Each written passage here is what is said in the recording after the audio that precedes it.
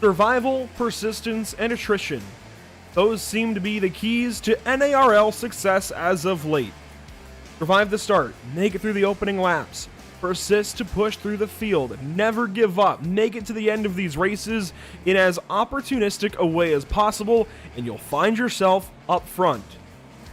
Oh, but now we're asking these 40, 50 drivers to do it on the streets of Belle Isle. Welcome to the virtual Detroit, Michigan. JP Costa and Trey Shuttlesworth join me in coverage for today's North American Racing League event, brought to you by Race Lab, TAM Liveries, and JS Consulting. JP, welcome to Belle Isle. Thank you, Andrew. It's a pleasure to be here. I mean, on this amazing street course, one of the most difficult courses, one of the most difficult racetracks on iRacing, in my opinion. You can see here the track map full of 90-degree corners, but that doesn't do it justice enough. Pretty sure each one of these corners is a challenge on itself to get it right, and to get it on perfection, to be fast, especially in a league like this, it's going to be a challenge on its own. Yeah, I think if you look at it in a broad sense, that there are a lot of right-hand corners, of course, or I guess right-angle corners. You've got turn 1, relatively 9 degrees, thereabouts. Turn 2, very similar. 3 and 4, very similar. But they've all got their own different characteristics into the braking zones, or the particular radius around the curbing, around the bend. They all flow in a very different way, and they all flow together quite nicely here at Detroit. You come... obviously, I mentioned turn 1, turn 2, through Casino Way, then down Central Avenue to turn 3, you turn onto Fleming Straight, and then Loiter Way, Picnic Way. That's when you kind of feel like you're almost in the infield of the track. It really feels like you're in the inside almost, and you have a very similar feeling once you roll down from turn 6 to turn 7, the longest straightaway on the course, down Strand Drive, or it might rival Central Avenue. Regardless, get down to turn 7, 8, 9, 10, 11. That's another kind of infield section. Feels like you're kind of in the racetrack almost. But then you pop back out onto Strand Drive at a turn number 11. Back around 12, 13, Sunset Drive, and that completes a lap here at Belle Isle. You can see the top right there, lap record. 1:14.206 set by Joseph Newgarden in 2017 for Team Penske. I do want to thank everybody for joining us this evening on our Facebook, YouTube, Twitch, and Twitter platforms. Belle Isle is nestled in the Detroit River between Michigan and the southernmost areas of Canada. These drivers enter this race weekend, or I guess this race day, if you will, nestled amongst one another in some pretty tight points battles. Here they are on your screen. There's the driver point. So this is where each driver has scored themselves. We'll get into team points in a moment, but JP, things are starting to get a little bit stretched out towards the top of the pro standings until you get down to 3rd, 4th, 5th, 6th. They're all on top of one another. In fact, you got 6th and 7th tied at 52 points back of our points leader, and 8th place is only one more point back of them. So a lot of really great points battles within the midst of the top 10. It's just Pedro de Oliveira and Mikhail Rudebush taking off. Yeah, 100%. Pedro de Oliveira is on a fantastic streak. 2 wins in a row on the past 2 weeks. Also with pretty much all the pole positions, if I'm not mistaken. So he's on a fantastic run. Mikhail Rudebush, I mean, he's a solo driver on his team. He's doing a fantastic job with the consistency. And then, as you mentioned, we do have quite a big gap because some of the players that we saw last season are not quite giving out the results that we kind of do expect from them. Obviously, Jackson Rezende finds himself in 4th position, only 1 point behind Brian DeFries and 1 point ahead of Blake Scott, another driver who is showing great consistency. And then we have to look all the way down into 10th place to find our only other race winner, Matthew Dench, 61 points behind. That's not something we kind of expected after last season, isn't it? No, and of course that is helped along by the fact that Matthew Dench dropped out of Watkins Glen, much like Fabio Zamperlini. They both had pretty terrible days, let's be honest, for Duck Hawk Racing. So that race alone is really handicapping their season so far. But we have a drop week on the way that'll get figured in before the final standings are released. So that's down the road a little bit. There's still a lot of racing to get there. Let's take a look at our team standings here. If we get back over to it, team standings.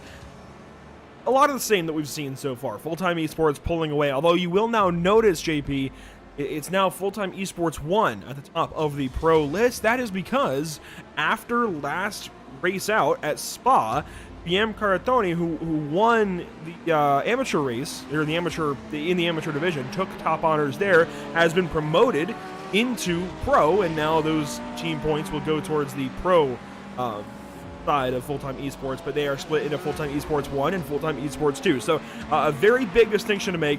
There are now 2 Full-Time Esports in the pro side, if that makes sense. So a bit different there. You can see full-time esports has a 51-point lead over NARL Racing / Team Empire, who is just ahead of Dark Horse Esports, and somehow Duckhawk Racing, really, while they've faltered, they've had big moments, they haven't been able to capitalize like they've wanted, they've still been in the top half of the field. You can see how close they are still to the top of the board. Exactly, with the team points, how many points to score after each race, that could really shoot him up. If those teams ahead of them have bad luck, that could really change out. And then obviously we do have a big gap, 53 points. No, not 53, 42 points behind. I'm not gonna count on that. Don't count my math, it's pretty bad at this moment. SDS Racing in 5th place, and then it kind of bunches up once again. We do have 5th, 6th, 7th, and 8th quite close to one another, and then another big gap to Ram Racing Esports and Extreme Speed. Obviously on the amateur side as well, we kind of do have a big gap between 1st and 2nd, but then kind of bunches up 3rd, 4th, and 5th. So it's kind of interesting to see how it all is going to play together, and I'm pretty sure these gaps are going to get shorter and shorter throughout the season as results go up and down, and sometimes bad luck plays in. It's going to be really interesting to see how it plays out. I'm glad you mentioned the amateur side a little bit. This amateur team battle is quite interesting, and I really want to commend everybody at Rabbit Chase Racing for being so good this season. Rabbit Chase Racing standing out as the team to beat right now, and they've got a nice little cushion, 30 points coming into race number 4, and if they can hold that or even improve upon that, that'll be 30 or so points going into the halfway point of the season. So that's really impressive from Rabbit Chase Racing, and I think certainly a round of applause due for Rabbit Chase Racing as we come into race number 4 on the season. Let's look at the season schedule. Here we go. Belle Isle, race number 4. This is the halfway point cutoff, basically, after this evening. Next week, we go to Silverstone Circuit in the UK, and that's where we start to talk about a championship more properly. This has all been setting the stage for everything, basically, in this back half of the season. It's almost like a sports game, be it soccer, football, whatever, or American football, or what do you want to call it, where you kind of have the first half and the second half, and they're quite distinct in the way they're played. Yeah, 100%. Right now, it's all about the points grab. Things do get, how can I say it? They're a bit lighter. You can afford to make mistakes. You can afford to DNF. But as soon as we finish this up, things are going to get real. You only have 4 rounds to deliver. You only have 4 rounds to get good results, not only for you, but for your team as well. And obviously, we do have a few challenging circuits. I mean, Silverstone is not going to be easy. It's even though it's really wide, made for F1, it's going to be a challenging circuit. It could really prove out to throw some interesting results. Hungaroring, I mean, that's Monaco without the barriers in F1 world. It could be very tricky as well with the GT cars. This could be a prelude, actually, couldn't it, Andrew? Belle Isle, this could be the real Monaco for the iRacing schedule, being how close the drivers are going to get to the barrier. And obviously Phillip Island and Road America for our finale, it's going to be fantastic. Yeah, I think Belle Isle is a decent little prelude, like you said, for Hungaroring. I'm very interested in Hungaroring and Phillip Island and how those races play out. I'm glad you bring those up as well, because we are quickly throttling towards both of those races with a lot of unknowns in so many categories. And they're going to set the stage for Road America to finalize the championship. So a lot is going to happen those last few weeks once we get into the month of December. And again, everything is kind of setting the stage for the next round or the next little bit of racing. This kind of stage here in November, these 2 races, November 11th tonight, November 18th next week, kind of set the stage for that 3-race run to the end of the season. And again, it feels like a first half, second half kind of. So there's a lot of different dynamics, a lot of different ways you can look at this season, and I think that's what makes everything about the North American Racing League so good. Now, of course, it is November 11th. We do have to mention, we completely remiss in not mentioning, is Veterans Day here in the United States of America. Don't want to, I guess, sound too cocky, but in my opinion, the greatest country in the world, on the earth, however you want to put it. And I do have to thank every single man and woman who has ever served the United States of America and will continue to serve the United States of America for your service. And that extends not just to the United States of America, but all of her allies. So much for what each and every one of you have done. Didn't think of Veterans Day, I invite you to do so. You don't have to do it just on November 11th either. You can do it any day of the week, and it doesn't matter if you're in the U.S. or not. JP, your case, you're in Brazil. If you ever come across a veteran, by all means, thank them. It really does mean a lot to them. And I know we're no longer broadcasting the races for Operation Motorsport, but I joined in and made sure to go to operationmotorsport.org/donate today and chipped in my little bit. Can't do a whole lot, but I wanted to make sure that I contributed on this day on November 11th. That's very important to do. Charities like Operation Motorsport, and I would urge everybody here, even though we're no longer affiliated, please go check out operationmotorsport.org/donate and consider donating today. Practice times, they are on the board. We can go ahead and take a look at them here. Matthew Dench leading the way, which is big. We were just talking about how Matthew Dench had a really bad outing at Watkins Glen, is much lower in the standings than we expect. He is currently on top, and most notably on top right above Pedro de Oliveira S. Yeah, exactly. The gap is not that big, although less than a tenth of a second, but it's still, if you can carry this out on practice, on qualifying, it could be a really good result. We all know how difficult it is to kind of overtake on pace around Belle Isle. There's not a lot of overtaking opportunities, let's be honest. Obviously, you're going to rely on mistakes from other people, but still, going out on practice, being first place, is going to be really good. Maybe that's qualifying pace. Obviously, Jackson Resende in third place. Mikhail Rudebusch, once again, really a good showing for him in fourth place, and it just continues. I mean, the top 10 is full of pro drivers, which is not something we're kind of used to seeing, but well, we're gonna have to wait and see who's gonna be the amateur driver that is really gonna show up today, because that's something that we kind of look for each and every single time we race, isn't it, Andrew? The one amateur driver that really pops up and gives those pro drivers a run for their money. I mean, tonight, it's so far, it's looking like Diego Era, but it's still so very early in today's activities, if you will, in today's program. Here's a look at Jose Antonio Ramos as he sits in 18th right now on the practice charts. Mark Scott is also on the speedway. He is in a Porsche this week. Interesting move there for Mark Scott. I think he's been running the Porsche more often as of late. So good to see him finding a car that he seems to like and settling in there with that Porsche. Take him is a little further back. He'll be mired back with these amateur drivers. We'll see how that start goes. He's one of the pro drivers, along with John Sedlak. So a couple of drivers maybe to look out for to work through this field a little bit. If you flip back over to the top side of the board, go back up into pro, you've got Fabio Zamperlini in 7th. And of course, the expectations are very high, as, I mean, he's our reigning champion. They're, of course, going to be high. Tonight might be the night, or maybe we see him kind of rebound. Yeah, he definitely needs that rebound. Half a second off Matthew Dench, his teammate, actually. Still rocking that Audi. I'm not pretty sure what the pace of the Audi may be on this track, but he seems confident with it. He's always running it, so this could really be a show. Obviously, this lap time could be on higher fuel. It could have, accounted for a mistake, but he really needs to essentially have a good race to kind of settle him back to that winning ways that we kind of know him for, or those consistency days that kind of have not been treating him too well so far.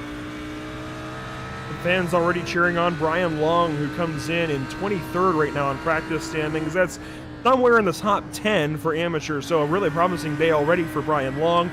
So, those of you cheering him on, you have reason to celebrate so far. Here's a look at Jackson Resende popping the wall a little bit out of that corner. And look, he's in an Audi, not in a Ferrari. Now, Full-Time Esports, when they showed up for Cash Days at Long Beach back in September, they ran some Audis. They had, of course, Ferraris in the field, but they had some Audis as well. This is an interesting switch back to an Audi, back on a street course. Yeah, exactly. This could really be interesting. Obviously, we know how snappy the Audi can be. We do have a few drivers as well in the Ferrari, but it could play off. You know, some of those cars that are kind of snappy, they may be less forgiving, but they do have their strengths. And looks like the Audi may be playing to their strengths on this particular circuit, on this particular type of racetrack. So we're just gonna have to wait and see how the car shows up in qualifying, how it shows up in the race with higher fuel. And obviously fuel is something that we have to talk about when we get to the race, isn't it? Yeah, and we'll get to that in just one moment. I do want to mention as we advance into qualifying here that this series is brought to you by Race Lab, which helps you to improve your driving skills. With modern overlays, race statistics. That is a word combo that I didn't think would ever trip me up. Race statistics and native VR integration, you can get the best out of iRacing. Start using it now for free at racelab.app. And I see a lot of you drivers out there. If you go back and watch this broadcast, a lot of you drivers still are wondering, where do I go? What do I use as far as an overlay for sim racing?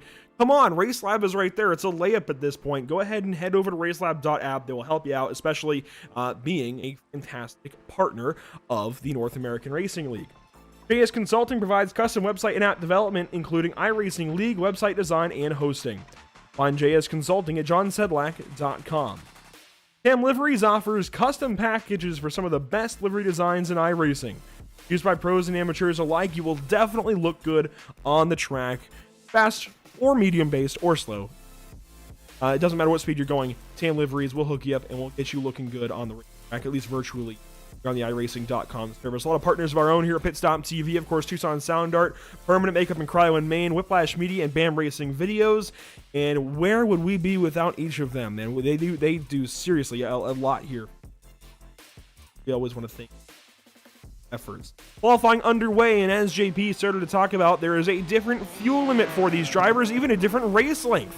Tonight's race is no longer 50 minutes like we've seen so often, in fact, in every single points-paying race in the North American Racing League to this point. Instead, we are going for 1 hour on the dot, 60 minutes of racing here in Detroit, and what that means is that we don't have the normal 50% fuel limit to, bring us that one pit stop that we're so used to. Instead, it's a 35% fuel limit, which should give us 2 stops, ideally right about at 20 minutes and 40 minutes. This is really going to be interesting to see how it plays off during the race, because obviously some of that fuel strategy might be thrown out the window, but also it's going to be back as well. So the cars are going to be running lighter, which means they're going to be faster. It's going to be more exciting seeing the guys, everybody stopping 2 times. It's not something we're used to seeing in sprint races at all in iRacing. We're only talking about whenever the races go well over an hour. So this can really throw some drivers off and can really bring out some new strategies onto light, man. Race can't come soon enough. Those strategies, those pit stops can't come soon enough. Just getting a look through some of the onboards, not even checking out names just yet until we see how some of these drivers check in for their qualifying laps. I just love going through onboards here with these GT3 machines. I will say this is on board of Jose Antonio Ramos again as he comes across and will complete a time, I would imagine. He does. Yes, and he goes 3rd on the board so far. Here we go. Here's some times rolling in. Yeah, looks like the times are quite close. Looks like the leaders are, quite spread apart. Jackson Resende, the provisional leader so far, only his first lap, so we're going to have to see if he improves during the second one. Scott Kimbrough currently 0.3 of a second away from the pole time. He has to improve a lot. Of this track is all about confidence. You have to build your confidence. You have to really trust your car, trust your grip. Bryce Rodriguez only, less than a 10th of a second. That's a really, really good lap time from him, and that's not a lot of time to find. So this could really play out interesting. Looks like the qualifying times are quite closer than I originally thought. Matthew Dench, is he on a McLaren? He is. I just noticed that too. Look at that. You know what? It makes sense, though, for an Aussie to be in a McLaren. What is one of the best cars going to Bathurst? It's the McLaren. Time in, trying to figure out the word. Hang on. Anyways, point being, the McLaren tends to be quite good in the Bathurst 12-hour. Kind of makes sense then that an Aussie would go ahead and go for it. I still can't think of the word I was going to go for there, JP, but regardless, we see a McLaren. We always like a McLaren for one reason. Let's wait until he gets out of turn 1. We'll see it. You're going to have to see that lap time. He was less than a 10th of a second. Does he improve? Whoa. He does. There we go. Whoa, and that's a big improvement. Up to pole for Matthew Dench by 4/10 over Jackson Resende, who's already turned his next lap, so he's back onto another lap. So a really solid lap there for Matthew Dench. Here's a look at Mikel Rudebusch opting for a Ferrari this evening for Pacific Sim Motorsport, a team that's been hanging on quite nicely solely by his efforts. So I do want to mention that for Pacific Sim as well, a team that we've seen a lot of in the past on Pit Stop TV. No other drivers in this series, just Mikel. Over on the amateur side, qualifying getting rather interesting because Mark Scott is currently on pole over Brian Long. Not only on pole, but also in the top 10. That's a really, really good qualifying position for him, and that, I mean, that could really be on a show, showing how difficult it is to overtake. This could get very, very interesting, and well, the amateur times are actually quite close together, if I'm not mistaken. So this could really be a good race, not only for the pros but also for the amateur class. This amateur class might just have something for the guys ahead. You can see Mark Scott within a second and a half of Matthew Dench, and at a place like Detroit, where it's very, very easy to lose a tenth here and there. Pretty promising so far for the number 170s. Like what we're seeing, he does actually get bested by his son, gets knocked out of the top 10 by his son, drops down to 11th. Here is Blake Scott, who has just gone a little bit quicker, moved into the top 10. Good looking Lamborghini this evening.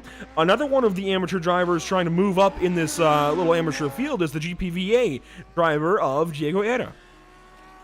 So Diego, he was the fastest amateur driver in practice. Can he translate that pace into qualifying? Oh, no. Does move up. Like he takes pole oh, for the, he does. for the Yeah, class. there we go. Oh, there we go. So, well, showing the pace that he showed in practice, that's going to be really good. Brian Long also improving his lap time. William Coffey currently 1.8 seconds behind the leader. Is that an AlphaTauri livery on the Ferrari? No, it does look. No, not quite.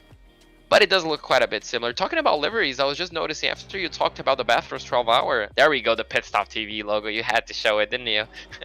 Talking about the Bathurst 12 hours, Jackson Resende Audi kind of reminds me of the Nissan GTR, doesn't it? The front end. I'd have to look at a reference picture, I suppose, to pick it out. But keen eye regardless. Here's Tay Kim, somebody I love talking about paint schemes and then coming to his. You mentioned a lot of liveries, and of course, Cam liveries on with this season. Well, with this series, some paint schemes maybe that we can showcase. Then it'll be Mike Braun potentially if he's in the field. I know he was somewhere out there. I think he's already finished up his qualifying effort. Oh, there's Sonny Brown. Here we go, the 115 car. So he's one of the Team Empire guys. This is somebody we don't usually talk a whole lot about. Oh, don't want to say that might be why, but he does slam the wall to turn one. No, Sonny Brown has done a lot of great work recently, and you pull up point standings again, it's actually quite an interesting story. And I'm kind of surprised we don't talk much about him. He checks in at 10th in the amateur category. He's clearly got consistency. We just don't see him a whole lot, I suppose, because we're chasing the storylines throughout the field. He's just one of those very, very quiet drivers. So he's good in one of those really quiet ways and helps elevate that Team Empire blue team into a really solid position in the amateur team standings. He's doing a lot of great work behind the wheel of the 115. We just don't see him a whole lot. And that's sometimes a really, really good thing to happen. You yeah, know? Usually when we see some of these guys, it's because they're crashing. So that is a good thing in a way.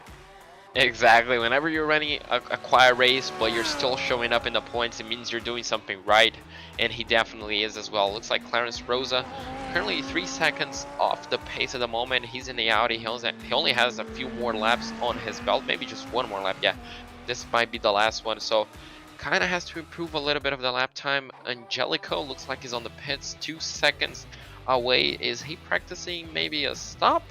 It could be. I wouldn't blame him. I do like, well, he just escaped, so I wouldn't be surprised if that was a pit stop practice for Angelico. He's an Italian. He's one of the few Italians I've ever seen on iRacing, but a big shout out to Angelico. He comes in and has been running the Alfa Romeo livery for a lot of this season, if not the entire season so far, and I do really admire Alfa Romeo's and his particular. Quite nice.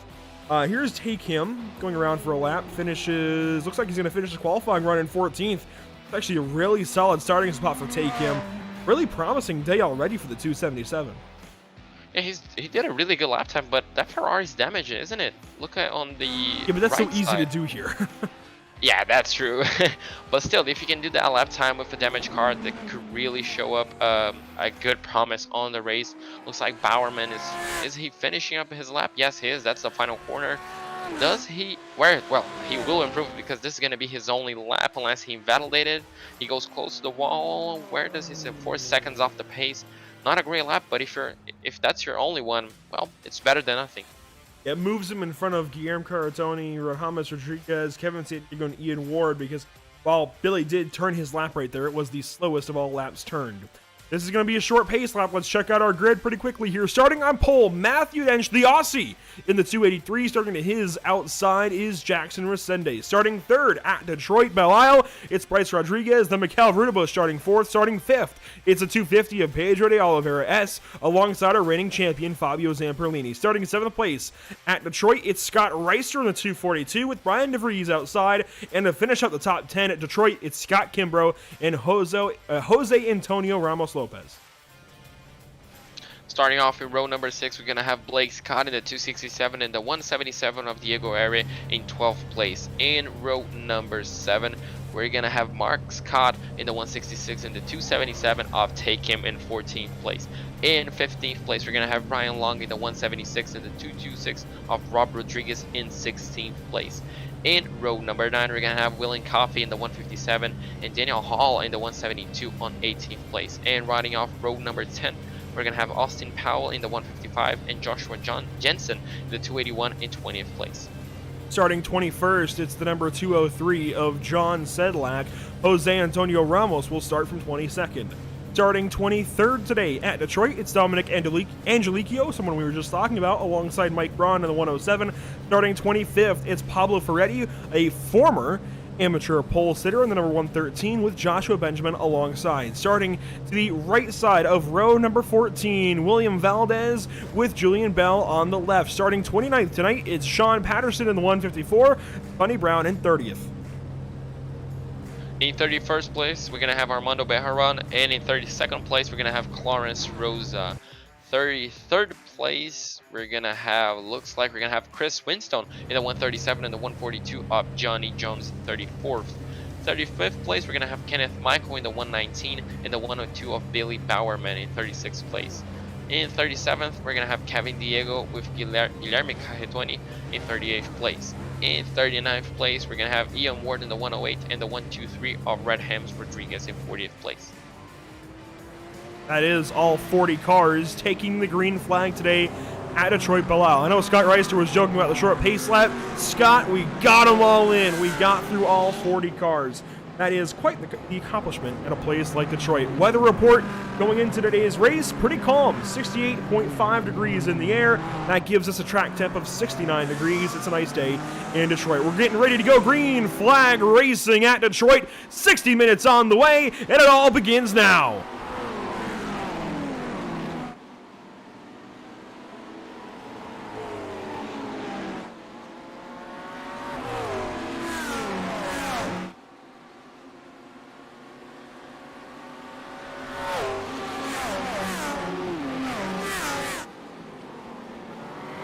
Into turn number 3, so down that long straightaway down Central Avenue for the first time. Most of the field seems to be okay, if not the entire field. A very spaced out start, some slow cars maybe working through turn 3 for the first time, but everybody continues. That's the most important. You have to get through lap 1 if you want to win. You cannot win the race in lap 1, but you can certainly lose it. Looks like Matthew Dench already has a big gap back into second place. Jackson Resende looks like he's going to be under pressure, but maybe not a move yet into turn 1. Oh, we do have a Porsche spun around. Oh, he's facing the wrong way. Ian Ward nearly took out another driver. Is that entering turn 7? Turn 6? That was turn 6. Yeah, that was back exiting that first kind of infield portion that I'd mentioned. Matthew Dench in front of Jackson Resende. These guys battling behind him are starting to raise my blood pressure. Jackson Resende, Bryce Rodriguez through that middle portion around the fountain. They're starting to get after it. Yeah, they're certainly racing. Looks like they know that overtaking is really hard and track positions are going to be important. We do have a Lamborghini spun around. That's going to be Sean Patterson in the 154. Oh, buddy. Oh, he's right on the racing line. That's the worst place possible. Oh, and he reverses a bit. That's going to be a bit of damage to his Lamborghini. Oh, he's going to have to do a 3-point turn. The 112 as well. Angelico, he's going to be spun around in his Ferrari. So not a good start for some of these drivers. But luckily for them, it's the 1-hour race. 10 extra minutes to sort their 10 extra minutes to sort their races out. There we go. The battle for second, like I mentioned, is on between Resende and Rodriguez through the first lap. They are into turn number 5 now on lap number 2. The battle for the amateur race lead, however, is a little further back. It isn't really a battle at all, as Mark Scott is quite a ways in front of second place Diego Ero. That's going to be important. He needs to keep up that pace, and he's going to be the shout-out driver, I guess, on the amateur class. He currently has 2 positions clear of Diego area, as you mentioned. So, and it looks like he's chasing his son, isn't he? Yes, he is. Chasing him for that 10th position. Yeah, I'm not pretty sure. I was gonna say qualifying. That was 1 position. I'm pretty sure he wasn't gonna be mad that he lost to his son. He should be. I guess he could have a grin on his face, seeing his son beating him. And well, seeing him son ahead of him, it's gonna be really, really fun to watch. It certainly is for me as well. A couple of drivers further back having some issues. Here's Guillermo Caratoni, who won last time out in the amateur class for at Spa, but now he's been promoted to pro in the number 259 now instead of the 149. Working through turn 7, turn 8. He's alongside Ian Ward, who just had that spin through turn 5. Oh, kind of shoulders him off. That is some aggressive racing. That was aggressive racing. I was surprised Ian Ward even tried going for it instead of backing out. That just shows he was that defending. Well, he's here for. Yeah, he was defending, but still really hard defending. I thought he was gonna back off, but I mean, surprisingly he didn't. One car around, maybe, or pitting potentially. Yes, pitting here is Kenneth Michael in the number 119. Very early to pit. He's looking for his pit box. I think he's already passed it. Pit box, yeah. Yeah, I'm seeing quite a bit of damage on his front right side. So, I mean, maybe a contact with the wall, getting the quick repair, still not found his pit box. So that could really play a big factor. Well, currently, look at it. Matthew Dench absolutely clearing the field. And, I mean, if there's a race where you really want to show your pace, your precision, and your abilities, I mean, Detroit on this calendar might be one of them, seeing how tough and how difficult this racetrack is. And this is a race where you have to. I mean, you simply have to in a place like Detroit Belle Isle. You've got to start up front so that you're not in those battles when something goes awry, when you have the little bits of contact that we will inevitably see throughout the course of the evening. Not quite 5 minutes into this race, Matthew Dench goes purple, leading the way. Jackson Resende almost 2 seconds back already. Clearly, Matthew Dench has done his homework and has got that McLaren figured out. We are on board with Pedro de Oliveira S, somebody who's got 2 race wins in the season. This is the furthest back I think we've ever seen him in a race. Yeah, exactly. He's used to starting up in pole position, and I mean, that was not a great qualifying session for him. It was a fantastic qualifying session when you consider the caliber of this grid. But now we're gonna see another side of him, you know, the one that didn't qualify so well, but is going to be trying to fight back through the field in one of the most difficult courses to overtake on the season, and is going to have to pass a fellow Brazilian first, Fabio Zamperlini, our reigning champion, if he wants to get it within that top 5. Stay on board with Pedro. To turn number 7, lap number 4 already. These guys do rattle off lap times decently quickly here. Oh man, that was sideways for Fabio out of turn 8. But the record is what, a 106, I said, a 107, right around there. These guys turn 127s, 126s, so 20 seconds behind an Indy car, but still pretty solid lap times. They rattle off lap times pretty quick, and with the extra 10 minutes, we'll go an extra, it looks like, 7 or so laps. It could really play a big factor. Some of these drivers obviously used to the usual 50 minutes. 7 laps can make a huge difference in one's race, so it's going to be interesting to see how they'll tackle it. Obviously, you're going for the essentially last lap dive, the last lap move. You're going to have to delay that by 10 minutes, so there's going to be 10 more minutes of patience, learning, and I mean, it could pay off for some, it could really not for others. This falls back to Mark Scott. This is 11th place, defending over 12th. Take him, going to look up the inside. Oh, thought about pressing the issue, but Mark Scott closes that door just in time in turn number 3. Great defense there for Mark. They'll continue working on through this set of corners into turn number 5 now. Take him, still looking to see if he can roll back up to this 166. The move is going to have to come in turn 7, I think. Yeah, it's going to have to come from turn 7 and quite a long way back. I mean, he's going to have to be really confident on the brake if he wants to get past that Porsche. Obviously a different class, so it should be interesting to see how they'll tackle this. If Mark decides to really defend this position, and I mean, only time will tell. It could be very interesting because he's defending this position from another pro driver that is ahead of him. It could really play a big factor, couldn't it? Yeah, I'm sure Mark is thinking, maybe that was not a great turn 11. I'm sure Mark is thinking a little bit about maybe trying to help out his son ahead of him, but really, I think the big thing for Mark Scott is he's leading amateur right now, and he wants to hang on to all the points he can get. This is big for his season if he can take him behind him, because while, yes, they are in separate classes, that point still matters the same to Mark Scott. They are still battling for that point just the same. It's just that they are broken down into different categories once they're all scored. So really big here for Mark Scott to try and keep this position, overtake him, and this might back take him up to the clutches of Jose Antonio Ramos Lopez. Yeah, 100%. And this is also going to be really good for Scott to practice even more how to drive under pressure. We saw him making a few mistakes in the last sector of the racetrack. And I mean, this is big. Whenever you have a faster driver, a more aggressive driver when you're back in, it really does make you a bit nervous, but it also really helps you grow in night racing. And not only night racing, it helps you grow to develop more under pressure. And this could really help him out.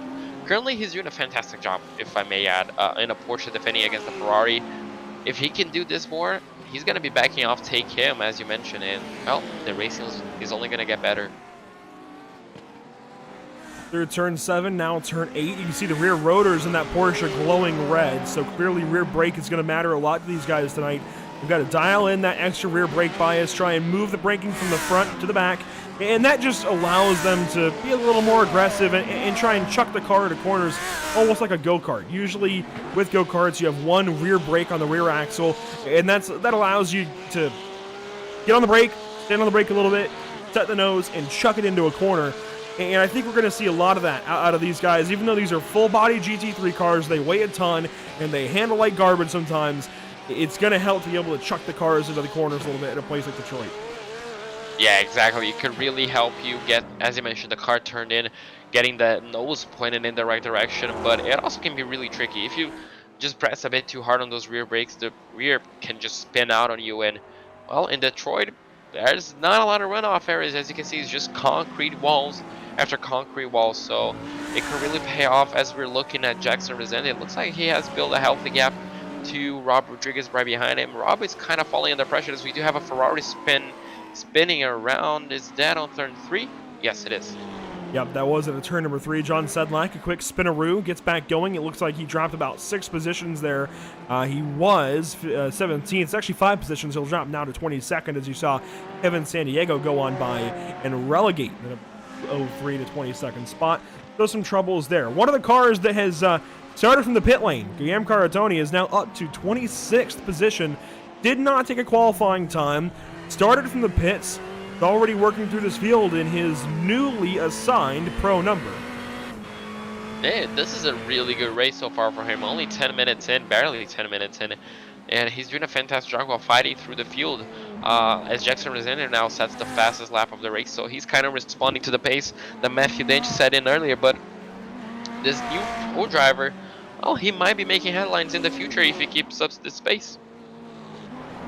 Of course, picking up that win last week, or last time out at Spa 2 weeks ago in the amateur category. Pretty big for him. Well, obviously the reason that he was promoted into this pro division in the first place. Further back, Ian Ward, somebody that we saw battling with Guillermo a little while ago, is now trying to work on Armando Bejaran. This is for the 27th position overall, and they are in the same category, both amateurs.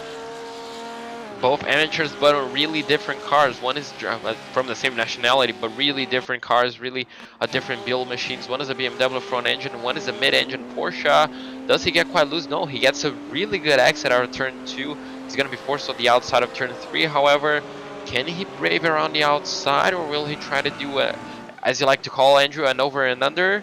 He braves around the outside, and he's going to make it work. Yeah, Armando facilitated that in a really nice way. A lot of drivers, they get stuck in always defending, always racing for the spot, but Armando realized there that Ian Ward caught him for a reason. Caught him because he was faster, and Ian scrapes the wall a little bit there out of turn 5, but no harm, no foul. Continues on to that Porsche. Brilliant heads-up move, solid racecraft there from Armando Bejaran, and this is not what you want to see in turn 7. Austin Powell, who had a great outing at Spa, backwards. Yeah, unfortunately for him, that's going to be setting him back a few positions. Looks like not a lot of damage to the Porsche. We're going to see exactly what happened on our replay. Did he get touched? Was it all by himself? We're going to take a look as we have a replay. So he does have a few drivers behind him Does he get a little push from behind? Oh no, he just turned left into the wall, misses the braking zone. Great bail to miss that concrete wall. Great move there, but everything leading up to it was a little bit questionable. Yeah, it was a bit sloppy on his end on the entry. He got quite confused. I mean, it was last minute he decided to ditch and go for the escape road, but that was the right move, and luckily for him, not a lot of damage, but unfortunately, that hit that he got into the wall. Did he hit the wall, actually? I wasn't quite sure. I don't think so. This will be another look at it. This is a little further back. This is going to be the whole lead up. This is turn 4, and we're still watching here with Austin Powell. We'll take on board here. So, works through turn 5. Everything is looking nice. He's leading this group of cars, as you kind of mentioned. A little bit of scrape to the wall there. No harm, no foul. Continues on. This is leading Mike Braun as well. Down to turn 7. Let's just go on board and listen and see if we can pick out what goes wrong.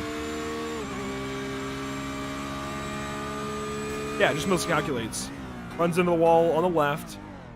And this is that tire barrier in turn 7. That really could have damaged his race in more ways than one. Obviously, damage to the car, but man, that could have been so much worse. Yeah, with that initial hit on the wall, I'm not pretty sure if he's going to have suspension damage, but if he hit that tire barrier at that speed, it wasn't going to be race over, but it could really jeopardize his race early on. And luckily for him, not a lot of damage. Is his steering bent, however? I think so. Yeah, it is. You can see unfortunately for him, that's going to be costing him at least a few tenths of a second per lap. I think it is ever so slightly bent.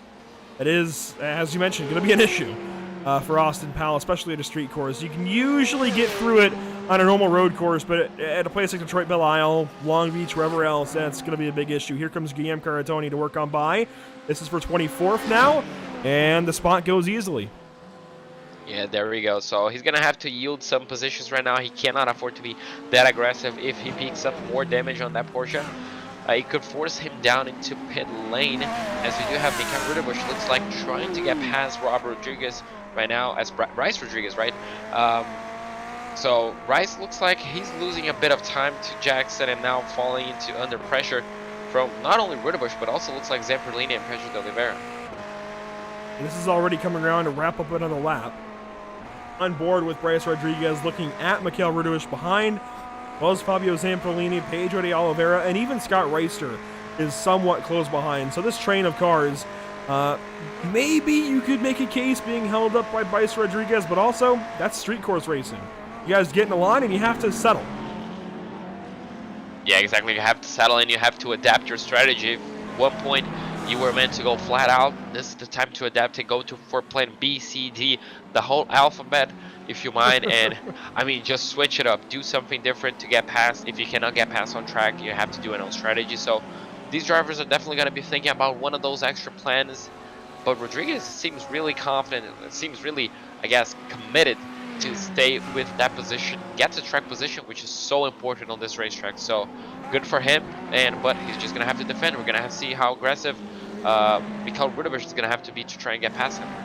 Brian DeVries working by that lapped car. There we go. Gets on by finally. That held him up a little bit into turn 7, but for the most part gets on by nicely and cleanly. Austin Powell visiting the pit lane now to repair that damage that we saw him pick up in turn 7. So glad that his race is going to get back on track, hopefully very, very, very soon, as these guys continue to work around the racetrack in a nice little train.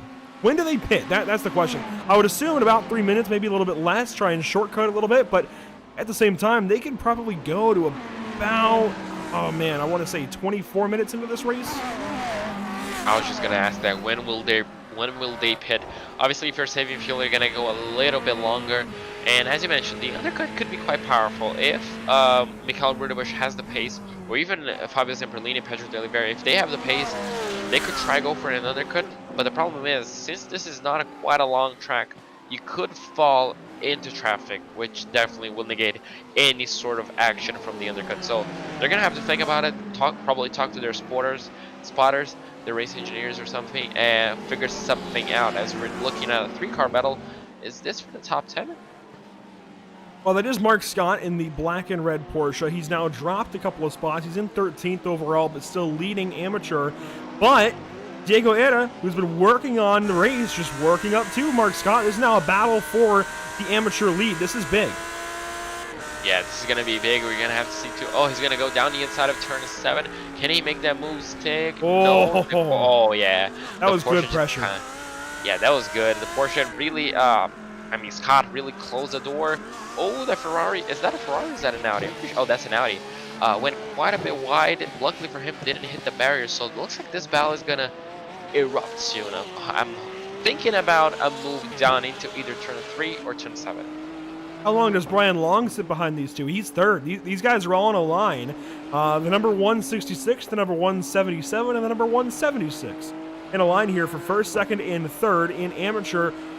How patient are they going to be early in this race? Yeah, exactly. You have to kind of balance out the pressure that you're going to give and how patient you're going to get. And yeah, you're just going to have to balance it out. Looks like. Yeah, we lost Diego into turn 1, and he has not come back yet. Oh, this is gonna be big. That's unfortunate. And we've seen it before where a driver is blinked out. We notice him dropping to the stand. We've not seen it live, though. we've not seen a driver just suddenly drop from the racetrack, but I think we've just lost Diego out of this battle for the lead. I mean, how heartbreaking is that? You're literally battling Mark Scott for the race lead in your category. Still 40 minutes to go in the race, and suddenly you're not battling him. You're not even in the race anymore. You're just gone. Yeah, that's going to be heartbreaking for him. We saw that happening to a few other drivers. I mean, Matthew Dench kind of knows how that feels, unfortunately for him. He dropped off from the lead once, didn't he? So, yeah. I mean, that's even heartbreaking. That was Donington, right? The season finale last season. On the season finale. He was going to win the title and dropped off. So, yeah, I mean, if you wanted someone to talk to, Matthew Dench definitely will be a good listen and a good tip. And just as we mentioned him, look at him. They're responding to Jackson's earlier purple lap time. You can see the gap, still about 2 seconds between these two. We've not talked much about them as, Blake Scott coming in right at the third mark. I'm used to saying quarter or half. Right at the third mark, we get Blake Scott in the pit lane. This is kind of big. He pits from 10th position. He's bringing more. You go. Yeah, brings his father and Brian Long. Oh, he's going to be bringing it. Look at it. Just keeps on coming. So GT cars all over the pit lane. This is going to open up the pit window, so we do expect the leaders to come at any point in time, as we do have all sorts of brands. So it's not only the Lamborghini that is thirsty on fuel, coffee as well on the pit lane. And, well, I mean, everybody's going to be coming in on the next few laps, looks like it. It's just a question of when will the leaders come, and will that change anything? Joshua Benjamin is in the number 178. He looks for his box, is in, and will get service. You can see Pablo Ferretti right in front of him. Pablo Ferretti works out the pit lane. A 1383 in the box. How does that compare to drivers ahead? Ooh, it's a little bit quicker. Maybe something to watch here for Pablo Ferretti. Yeah, it could be a different strategy. If he can save a bit of fuel, he could probably put less fuel. I mean, he did put less fuel maybe on his stop that could pay off for the second stop that they do later on. And, looks like a bit of damage on the Ferrari. Damage. Yeah, I was just going to mention Rob Rodriguez. Did he get hit from behind or rear-ended the barrier, essentially? Maybe a touch from the wall? Hard to say. I'd imagine, likely back that car into the fence. Here's Fabio Zamperlini, reigning pro champion, into the pit lane. He's going to take him along with. There's the white Ferrari, number 277 that we've got used to seeing now. And I would imagine they will have plenty more visiting them. Here comes Mike Braun into the pit lane. Some drivers already using their fast repair. Take him, I'm pretty sure. Well, they get two. That's something I forgot to mention. They do get two in this race. 2 pit stops, 2 fast repairs. That's going to be a lifesaver for some of them. Again, obviously, we saw how easy it is to get to do mistakes and get damage on this racetrack. The 107 already leaving his pit lane. Looks like it's quite early. So, just a question. I mean, Fabio Zamperlini was the first one to pit within the leaders. Now, when will the rest come? Well, here comes Armando Bejaran, and again, likely some more. Here comes Johnny Jones into the pit lane. He's going to bring Rob Rodriguez that we saw a lap ago. Here's a driver we have not seen at all yet this season, Johnny Jones. He's, you could call it a home race because it's on home turf. He is an American out of the Mid-South. Good to see him in the race then. But yeah, we have not, I don't think we've said Johnny Jones much aside from results and grids. Good to see him in a pretty solid position. He's going to have to work back through the field a little bit after this pit stop, of course. But he came in better than 29th, like it says on the windshield, because he lost some spots once he pitted. And here comes our race leader, who had to check up right there. Matthew Dench was coming into his box, and you saw the previous car, Johnny Jones, leaving his box. That checked him up a good bit. Jackson Rosende is also in. Among other leaders, they're all in. Bryce Rodriguez, Mikel Rudebush, Pedro de Oliveira S, Scott Reister, Brian DeVries, Scott Kimbrough. The list goes on and on. The entire top 10 pitting on the same lap. Yeah, exactly. Everybody's in the same lap. They should essentially filter out in the same position if they all fill up the tank. Obviously, they only have 35% fuel loads. Looks like Jackson Rosende came in a bit closer. I'm not 100% sure. Looks like everybody kind of filters in together. Oh, look at Fabio Zamperlini. Can he get a move down into the top 3?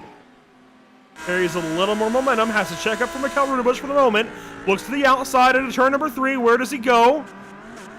Nowhere yet. And Pedro de Oliveira S has jumped at these guys. Pedro has used the pit stop, but he is loose out of turn 4.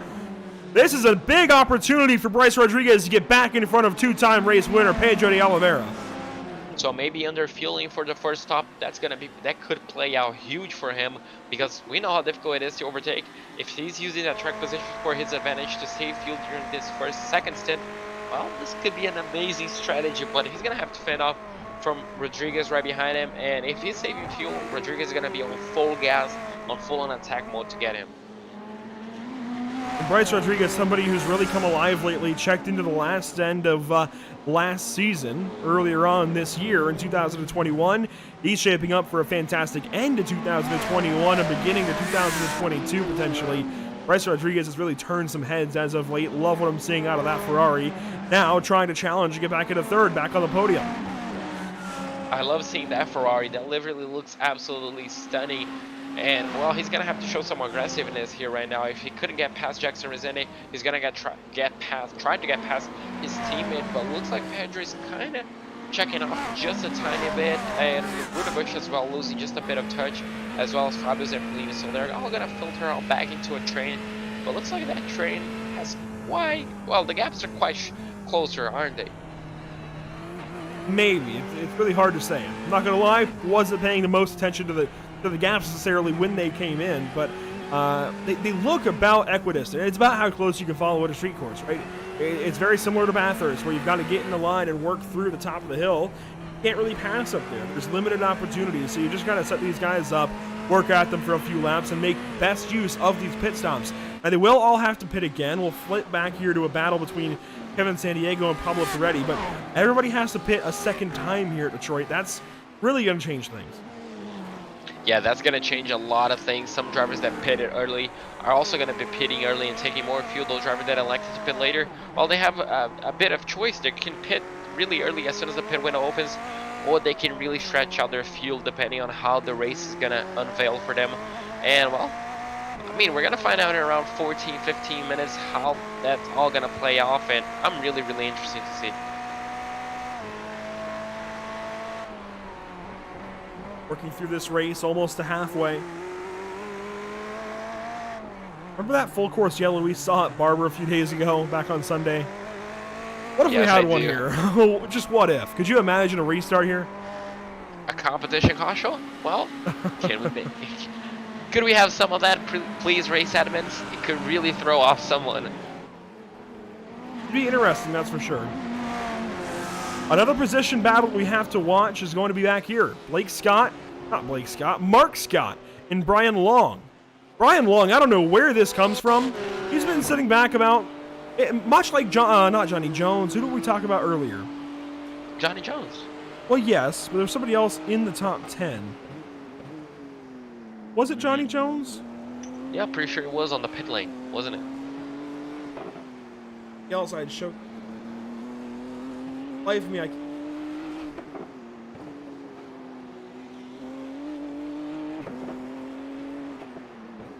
This is very odd. I'm not usually at a complete loss. The number 115, Sonny Brown. That's who I talked about. And unfortunately, I can't update you.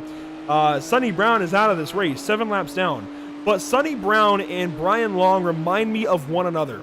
Very quiet, but they work on their cars, they work on their race, they keep to themselves, they race the racetrack, they keep themselves in a great position. Somebody who's not in a great position right now is Tay Kim, who spun around right ahead of these guys. You can see the smoke in the air a little bit. There's Tay Kim right at the apex of turn 11. Tay Kim has just gone around. Does he have a lot of damage though? It looks like he went around in turns 8 and 9. Looks like that complex. Really tricky complex, really bumpy, under braking, the car's under load, so it could really play off a big factor. We're gonna take a look at the replay to see what happened. This is into turn 7. Tay Kim works right to the curbing there. This will be turn 8. Looks okay for now. Goes around in either 9 or 10. Yeah, the car just starts to get loose in 9. Here comes Blake Scott. Oh, that's a Code Brown moment, especially for Jose Antonio Ramos Lopez, who worked on by there. Up onto the curbing, and Tay Kim gets back going. Then suddenly he's got cars behind him. Yeah, he's going to have to defend all over again. So unfortunately for him, a small mistake. As we mentioned, under braking and under quite big potholes. The track is completely not even there, so it could play a big factor. Looks like this is a battle for, I'm not quite sure here. You're going to have to confirm it with me. But it's another Antonio Ramos in 16th. Oh. And there we go. Pablo Ferretti in 17th, and then Kevin Sandiego in 18th. And Kevin Sandiego's been all over Pablo for a little while, but Pablo has gone up and caught Jose Antonio Ramos.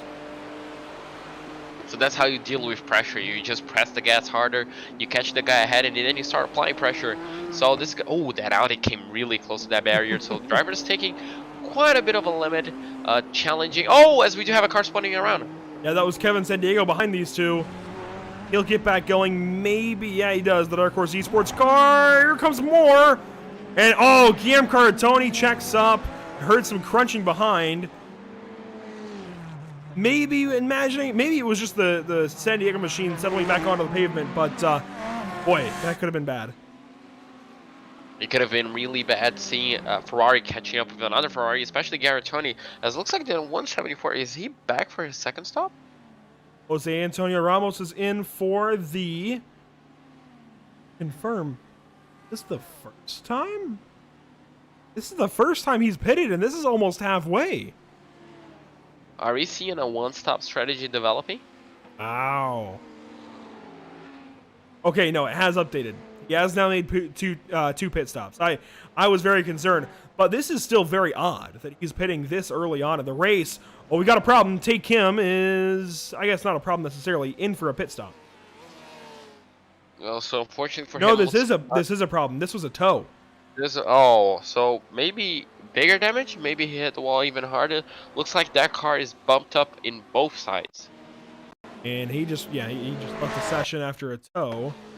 It'll be a look at things for Tay Kim. Really unfortunate for somebody who looked so strong earlier in the race. Got the grass a little bit on turn 3. You can see Mark Scott suddenly had company behind from Brian Long. So a battle for our amateur lead as this happens to Tay Kim. Is it going to be in turn 6 maybe? Yep, just decides he's done. Oh, maybe just too much damage to carry on. Not worth it for him. Unfortunately, we're going to be losing a pro driver. That's going to hurt his championship chances a little bit. Running in the top 10, and that's how quickly things can turn. You running the top 10. Oh, what is that? Oh, no. Mikkel Rudebusch. Broadside down Central Ave. Oh, and 2 cars come through. Those were amateur leaders that just came through, plowed the wall. There comes William Coffey, who has to take evasive action. Pablo Ferretti behind. Oh, my goodness. I'm just going to go for a wild guess. I'm pretty sure he just caught those bumps in turn 2, and unfortunately that's going to be it for him. So dropping from 5th place well outside the top 10 now. That's big for Mikkel Rudebusch. This is the first misstep we've seen in his NARL career, and it's going to happen because of some lap cars potentially mixing things up. You see, he's still following Bryce Rodriguez. Oh, look at this gaggle. We'll have to go revisit our leaders in a moment because this is insane. This is working by Sean Powell, I believe, in the Lamborghini ahead, and it's going to happen in turns 1 and 2. The evasive move there from Bryce Rodriguez. Mikkel looks to the inside in turn 1. Does he just make a mistake here?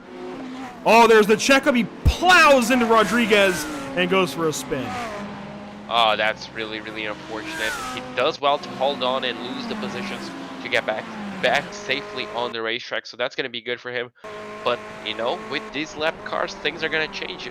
Being in a race 10 minutes longer, That's all he needs. Now we're going to take a look at from his onboard. You can see the driver ahead of him just checks up, and a bump unfortunately spins him around. Luckily for him, didn't hit the concrete barrier, looks like it. Yeah, I gotta be honest, I'm not sure why Bryce opted to go right behind that Audi, that slower Audi. That's very odd, as looks like Blake Scott is having some connection issues, working through it the best as he can, but that's very odd to me that Bryce decided to go behind that lapped car. Maybe it's me being a NASCAR guy, an oval guy, where you're able to use 2 or 3 lines and going around the outside is a bit more normal. I don't know, but that just seemed very odd to go right behind the slower car in turn 2. He was already offset on entry, backed up his apex, and stuck it behind that car. I don't understand that a whole lot. Maybe he just misjudged trying to get the over and under, trying to get a better exit overall, compromising his entry, and just misjudged the apex speed of the left car. Anyway, as you mentioned, it was a weird choice, and unfortunately got a huge consequence. Luckily enough for him, though. This one is that Angelico? That was Angelico, yeah. Stopping in turn 11, or that was 12. Just letting everybody go by. I get it, but that's an odd one.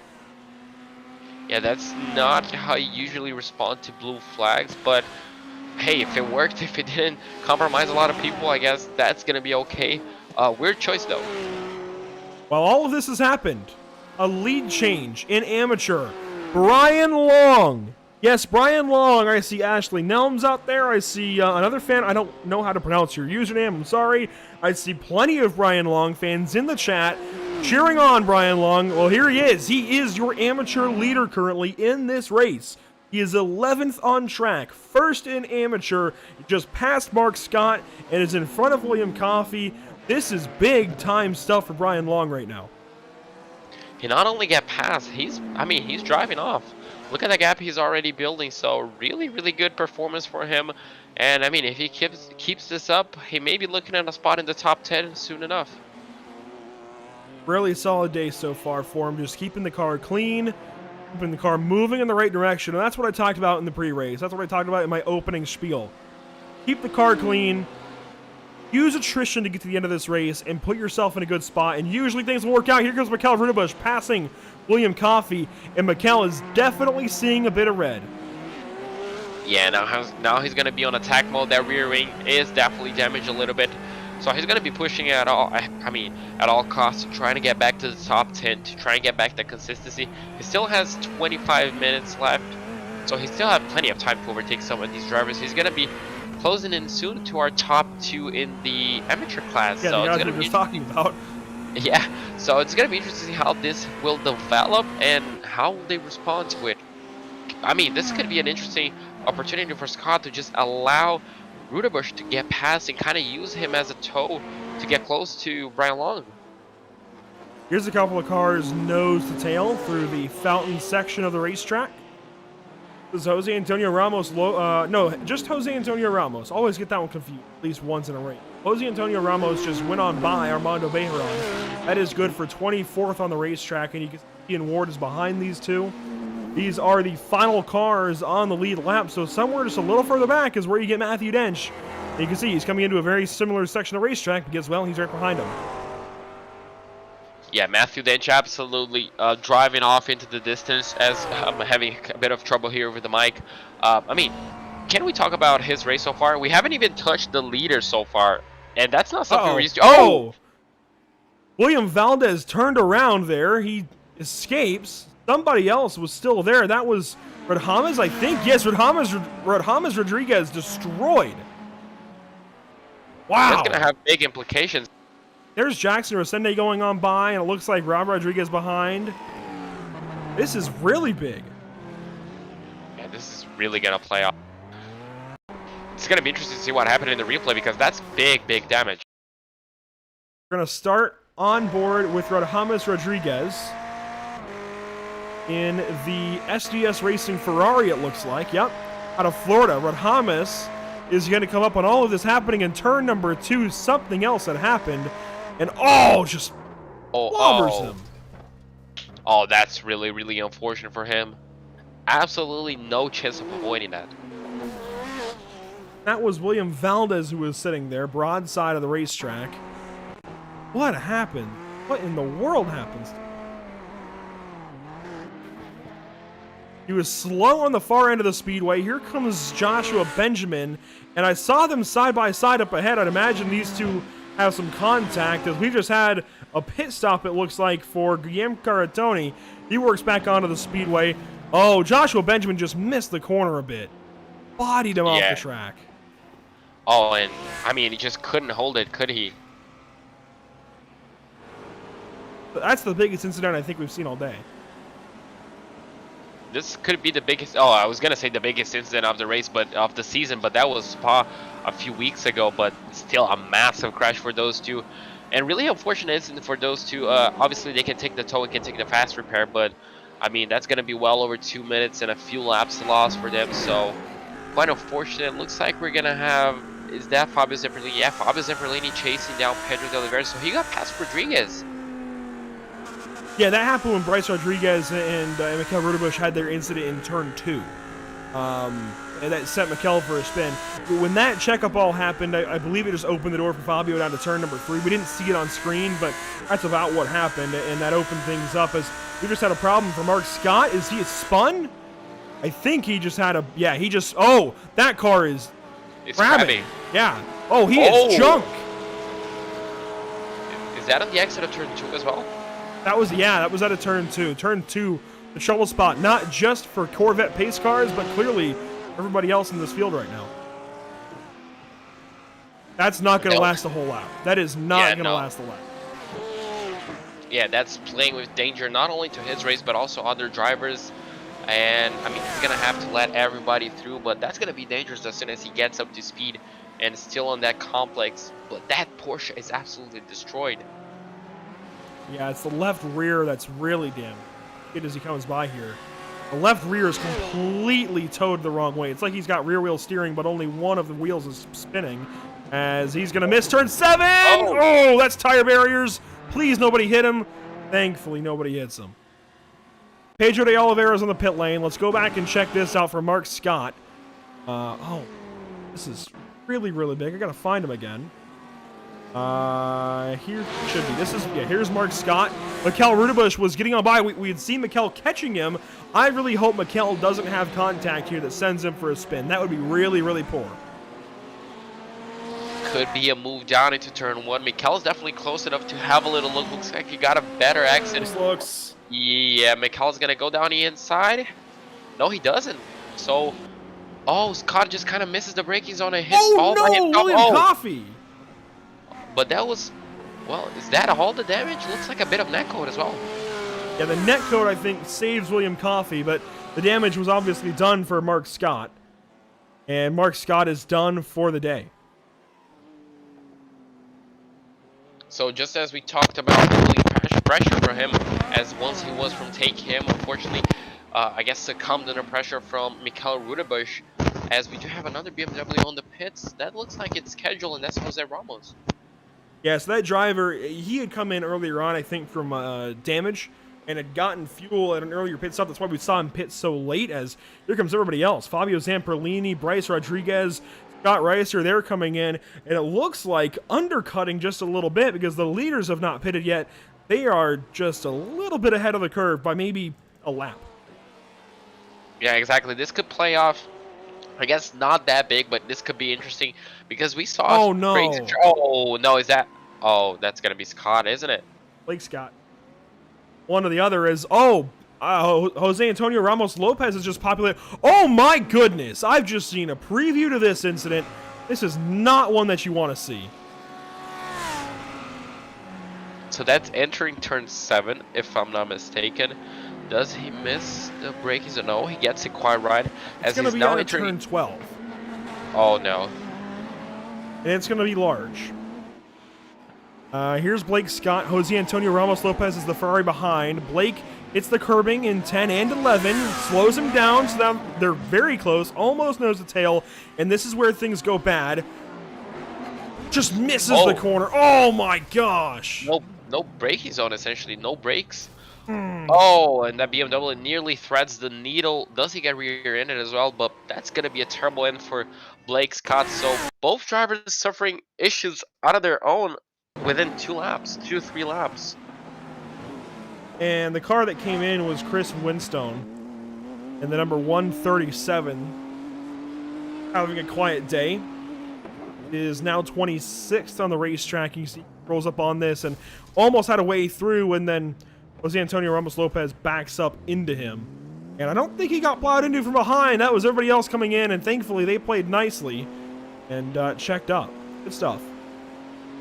Yeah, that's good stuff from the rest of the grid. Maybe the yellow flags, spotters, everything just came on the radio, because once you see a turned up, I guess a Lamborghini with its bottom side up, that's bad news for everybody.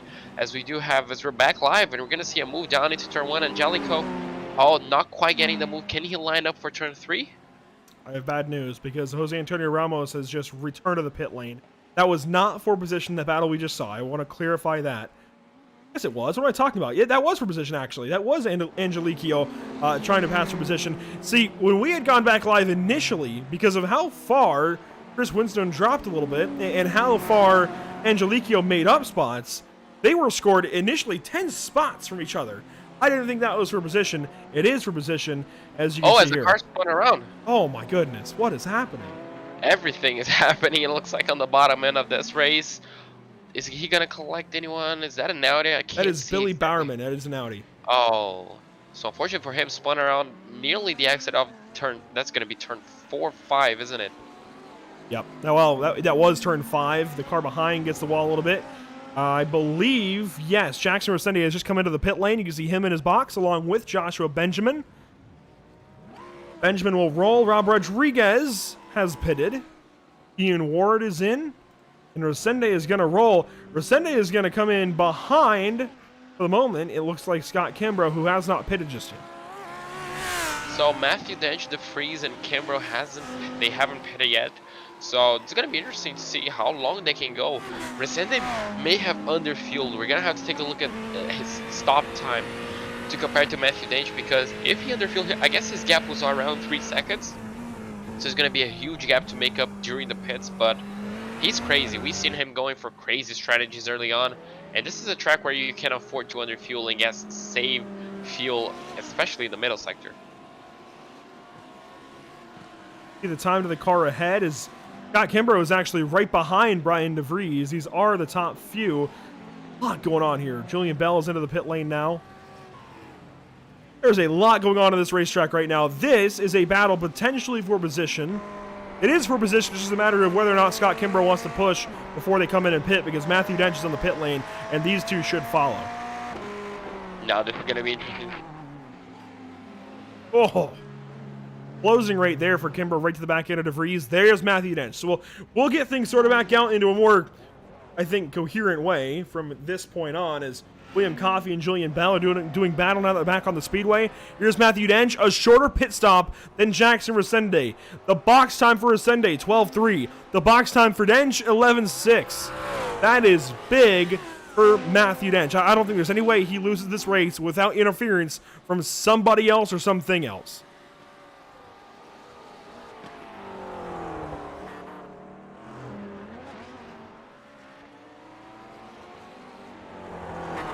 So 14 minutes to go, thereabouts. Scott Reister is right with Brian DeVries. Oh, this is a busy straightaway. Central Avenue. Now to turn number 3. Reister on the outside. One car stops on the outside of the corner.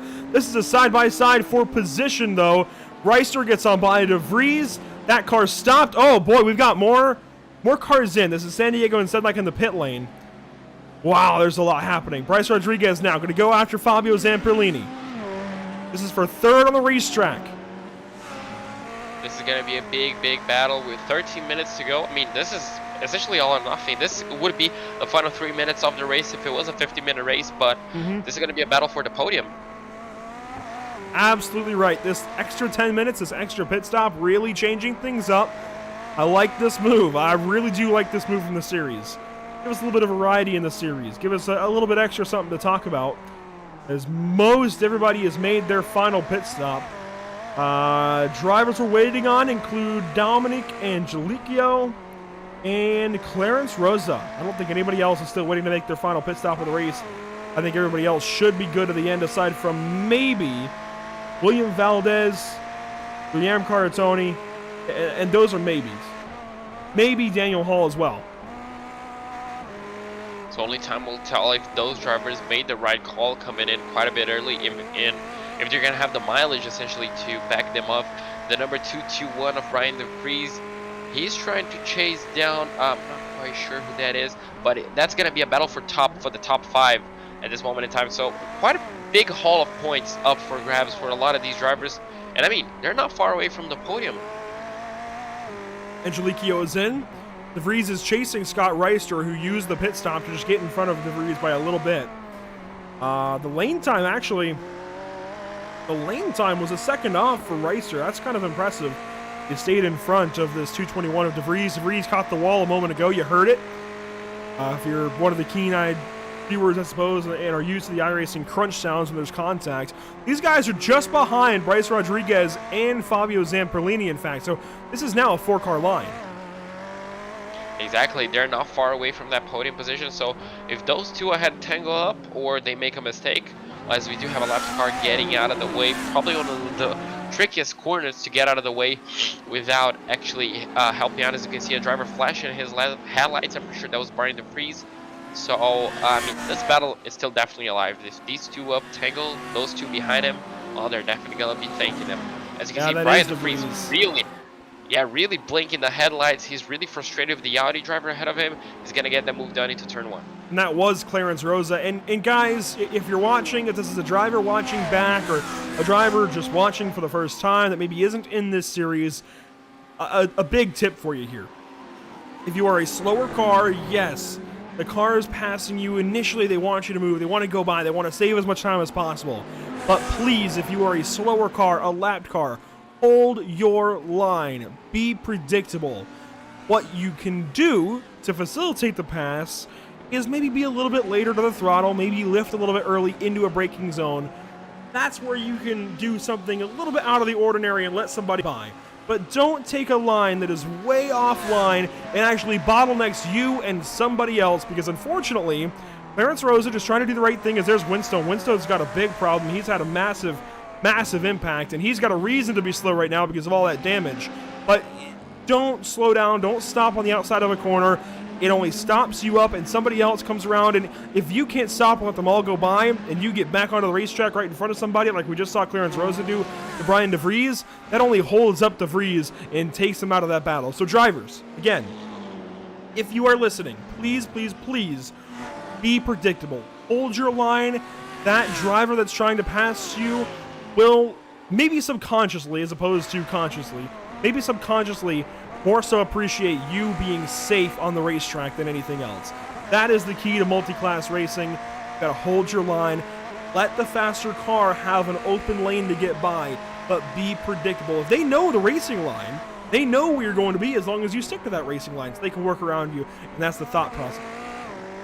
And you can also, obviously, when iRacing, you can use those buttons, pass left, pass right, to be more predictable and help out your fellow driver, your fellow competitors, to know which lane to choose, to go around the outside, to go down the inside, obviously helping you out. You can just, oh, that was a big moment there from Bryce Rodriguez. He nearly hit the wall on the exit of turn 7. That's going to make him fall under pressure from Scott Reister.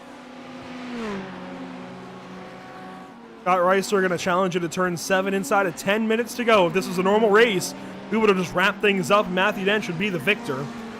Ian Ward is in the pit lane again. Sean Patterson as well. Diego Eda is going to make up some spots. He's had some rough running ever since, well, obviously has come back in, actually. He dropped out much earlier in this race. So it's good to see, JP, that he's gotten back in this race, but, man, what could have been?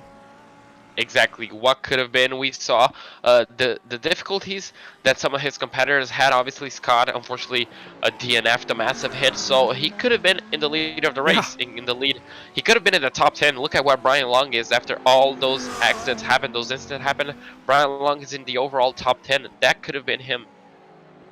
Could have, and that's going to sting a whole lot more when the day is done. Back up front, this is the battle we were just at, in fact. You can see Fabio Zamperlini, 0-3 on the windshield in front of these guys. 0-4 for Rodriguez. He's 4th place. It's not displayed on the BMW M4 just yet because that car is not completely finalized, but it is a beautiful BMW, I've got to say. We showcased it a few weeks back at our Watkins Glen race. It was showcased on social media. So some of the numbers aren't totally finalized for it, but it'll see proper competition, I believe, next year in 2022, and it'll fully be homologated. It's going to be interesting to see how that car will race in real life, how competitive will be against the fellow GT3s. Certainly a controversial look, I guess, with the grills, but in my opinion, it's growing on me. It's a really good looking car and race car, and I guess it will fit. It kind of does really look really different from the Ferraris and Porsches we're kind of used to. Even the Audis doesn't look like a proper GT car, but it'll fit under the Bentley category, I guess. BMWs are always a little bit bigger. I think the Z3 or the Z3 or Z4, if you will, those cars were a little bit more sporty, and of course they kind of spawned the new edition of the Toyota Supra, right? But they had a different pedigree. The normal, the M series, BMW M series, are always a little bit bigger. They're boxier cars. They're kind of sedans, and they work for GT racing. They just are a little bit bigger than their competitors. This is just outside the top 10. Second place now in amateur is Mike Braun, who is being pressured heavily by Kevin Sandiego. Mike Braun should be good to the end here. Brian Long pitted 2 laps prior to him, so we expect that Braun is well and good. Julian Bell, though, has an opportunity to use this amateur car of Mike Braun to try and get by Kevin Sandiego for position. Yeah, exactly. He's definitely going to be trying to use Kevin Sandiego right here, because that Ferrari is looking 100% racier than the Audi. He looks, I mean, to make a move soon, he looks really kind of impatient behind that Audi, and we're just going to have to wait to see if a move is going to be done down into turn 3. Obviously, you can't really make a move down into turns 1 and 2. Look at how much that Audi's holding him up. That's just allowing everybody to catch up. That Ferrari is going to be going around the outside. Will that Audi facilitate the move? Looks like yes, he will. He's backing off a little bit. He's going to be backing off to both of them, and does that safely. I guess he kind of assessed the pros and cons, and well, that's going to be the best result for him. Another one of those situations where those two drivers caught him for a reason. They're faster, and that's something as a driver you've got to weigh in your mind. Yes, you're coming down to the end here. Yes, those points matter, but at the same time, those drivers are catching you for a reason. They're faster, and they're likely going to pass you anyways. Why hold them up? Why open up the opportunity for a crash, right? So a good move there from Mike Braun lets them go on by. But Julian Bell, I'm sure, would have appreciated maybe a little bit more of a hold up for Kevin Sandiego. Yeah, 100%. Now, Andrew, while we were talking about the BMW, a question came into mind. Obviously, BMW still runs the M6 competition. Will this replace it? Yeah. As far as GT3 goes, the M4 will take over for the BMW category, if you will, the BMW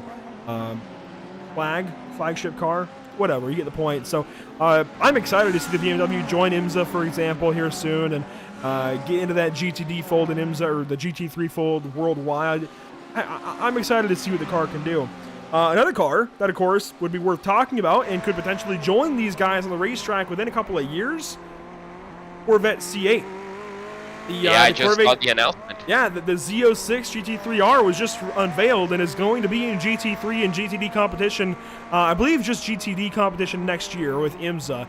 And as of 2024, it'll be a customer car. People can buy it and go racing in it. And Bryce Rodriguez might use it because it looks like that Ferrari cannot get by the Audi right now. Bryce, I mean, he is there. He is pressuring Fabio into a mistake, and it's going to come at some point, I think. Yeah, it may come sooner than later. It looks like Fabio's going to have to go defensive. That Ferrari may have the legs on the straight. Will he look down and move into turns 1? Yeah, no. I mean, yeah, he does have the legs. Not a move coming down into turns 1 and 2. But look at that build up. It's going to be extremely close. And, I mean, a move is coming really, really soon. As you watch this battle go down, a reminder, these battles are always brought to you by Race Lab, Tam Livery, JS Consulting. Oh, Bryce Rodriguez up the inside in turn 3. He took a shot, and of course, you know what? Detroit's a hockey town. You miss 100% of the shots you don't take. Bryce Rodriguez certainly trying right here to get back on the podium, get back in front of Fabio Zamperlini. He's got to try it. He definitely has to try it, especially with less than 4 minutes to go. They're on the countdown, the final few laps. This is all or nothing. This is literally all or nothing for some of these drivers. It looks like we're going to have moves being done left, right, and center, it looks like. Scott Kimbrough's in this drive now. 5 cars in a line. This is incredible stuff. This is gonna be the best battle for the podium you're gonna see in a while.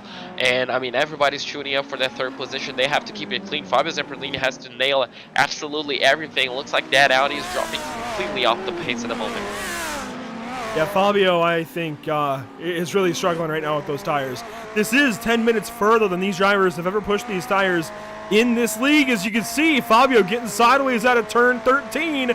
He's getting loose. He is pushing the tires as far as they can go. He's on that ragged edge right now.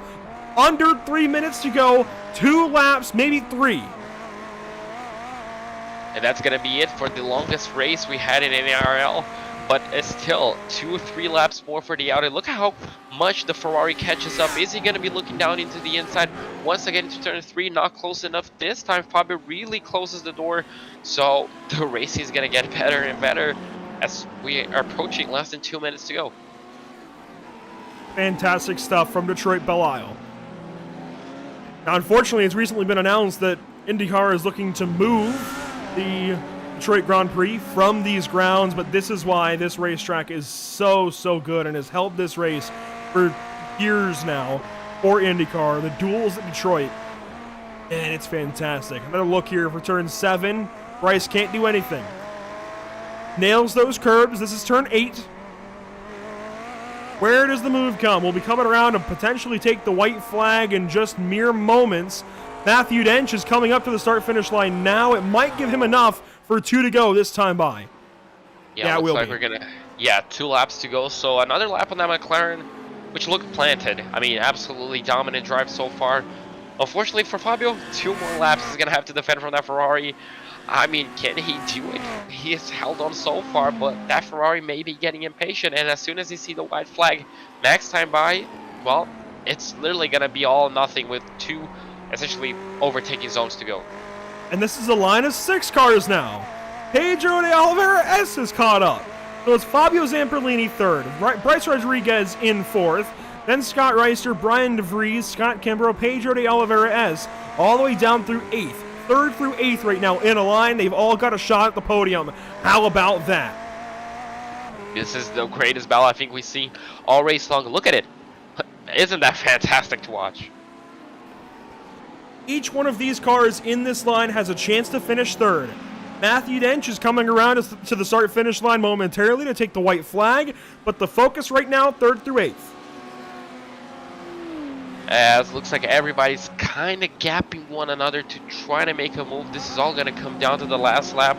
All these drivers now going to be feeling a huge amount of pressures, obviously, to not make a mistake, because if you make a mistake, look at how many positions you're going to lose and how much you risk a big incident. So quite a lot of pressure for these guys. As we're 10 minutes to go, we're going to have the white flag for Matthew Dench waving at any moment in time. There you go, final lap atop the scoring ticker on the left side of the screen. And the white flag presented by Tucson Sound Art is officially out for the entire field at Detroit Belle Isle. Their first trip here for the North American Racing League by Race Lab, Pam Liveries, and JS Consulting. And Matthew Dench has dominated this race. He's got a 5, almost 6-second lead over Jackson Resende. Another 11 seconds back to Fabio Zamperlini, and that's where things get a bit more exciting. Yeah, and then the gap pretty much disappeared from 3rd backwards all the way down to Pedro de Oliveira. So, I mean, the gap is pretty much gone. Looks like 4th place. Looks like Rodriguez kind of gapped a little bit, Scott Reister. But, I mean, still very close till the end. Are we going to see any moves being made on this train? So tough to pass here. So tough to pass. You've got to coax a driver into a mistake, and here we go. Bryce Rodriguez, one of his final great opportunities to try and do so on Fabio Zamperlini. Fabio has just opened up enough of a gap. It's like he knew what he was doing almost, like he's a champion. Worked that gap, backed up to him, and then drove back away on this final lap. Here's 4 cars in a line. 5th place through 8th, 5th, 6th, 7th, 8th, all in a line through turn 9, then turn 10, then turn 11. They all work through the final clutches of this course, but up ahead, it is all Matthew Dench across the line. He wins again in this 2nd season. Amazing performance. Jackson Resende is going to be finishing off 2nd. Fabio Zamperlini, he's already celebrating that 3rd place. We talked about pre-race how important it was for him to bounce back. That's exactly what he needed. Oh! Wow. Did we get a photo finish for the That back? was 3 wide across the line. Wow. We'll go back and Not review that something in a moment. Yeah, not something I expected from GT racing, especially around Detroit. Here is your amateur race leader, just a few moments away from becoming your amateur race winner. Brian Long fans in the chat, get your keyboards ready. He's about to win his first race in the North American Racing League. Out of turn 13, turn 14, the number 176, Brian Long, is an amateur race winner at Detroit. Another amazing race. I'm pretty sure it's going to be fantastic to talk to him. It's going to be fantastic to talk to him. I'm pretty sure he's ecstatic with that result. Amazing, amazing job for him. And I mean, I'm pretty sure a well-deserved victory. Is that a Ferrari running out of fuel? I think so. Kevin Sandiego just lost a spot to Julian Bell and Pablo Ferretti. Mike Braun will finish second in amateur competition. He comes across the line. He's now in turn 3. Pablo Ferretti takes a podium in amateur. How about that for Pablo Ferretti? After the troubles he went through today, to still finish 3rd in his class. That's impressive. That's a fantastic result, and shows how much resilience can buy you in, can get you in GT racing. And I mean, Fabio Zamperlini as well, getting that podium. It's really good to see him back on the podium after not the great qualifying and not a great race till the end. We've got to go back and review that finish behind. They came to the start-finish line in some pretty spectacular fashion. This will be the drive to the finish, I do believe, for each of these guys. What a finish we just saw. Flag stand, we'll go to the flag stand and let's slow this down. This will be slow-mo across the line. Wow, De Vries on the inside, it was Kimber on the outside, and Pedro de Oliveira was looking for it. Back that up.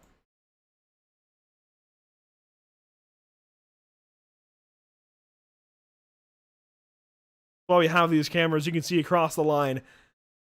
That is the margin, not of victory, unfortunately, but of position for Brian De Vries in 6th over Scott Kimbrough in 7th. Officially, it comes down to 17/100ths of a second. Incredible. Incredible indeed. I mean, that's the closest, I guess, finish we had. I mean, not even for the win, but for the points. That's fantastic. Watch that one more time. I mean, that is just incredible. This will be from the inside now, looking at the flag stand, looking at Barney the flagman, and cars will come through. But just what an incredible day put on by the North American Racing League. It's pretty usual that we see these great races, pretty usual that we see these great finishes, but I can't believe this battle. There's Fabio. So Fabio comes across the line. There's Bryce Rodriguez. It was that close for 3rd and 4th. Then 5th place. Here comes Reister across the line to capture a top 5. Whereas wait for it, they had backed up a good bit. Yeah, the battle between them kind of cost them a lot of time, but I mean, they're going to be coming. It's going to be really close. From this angle, there's Reister. Yeah, that's Reister. So they're going to be coming at any second. There we go. Look at it.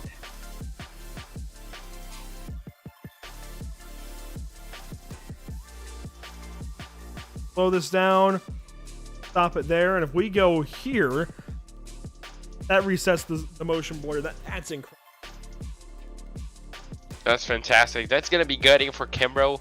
But, I mean, after he looks at this, he probably will have a grin on his face looking at how close it was. I would hope so, because that was properly incredible stuff to the finish at Detroit. But that is 60 minutes of racing in the books. Don't go anywhere, ladies and gents, because we've got post-race coverage now on the way for the North American Racing League, brought to you by Race Lab, TAM Liveries, and JS Consulting, and our partners here at Pit Stop TV, Tucson Sound Art, Permanent Makeup in Crywin, Maine, Whiplash Media, and BAM Racing Videos. Post-race coverage, interviews on the way from Detroit.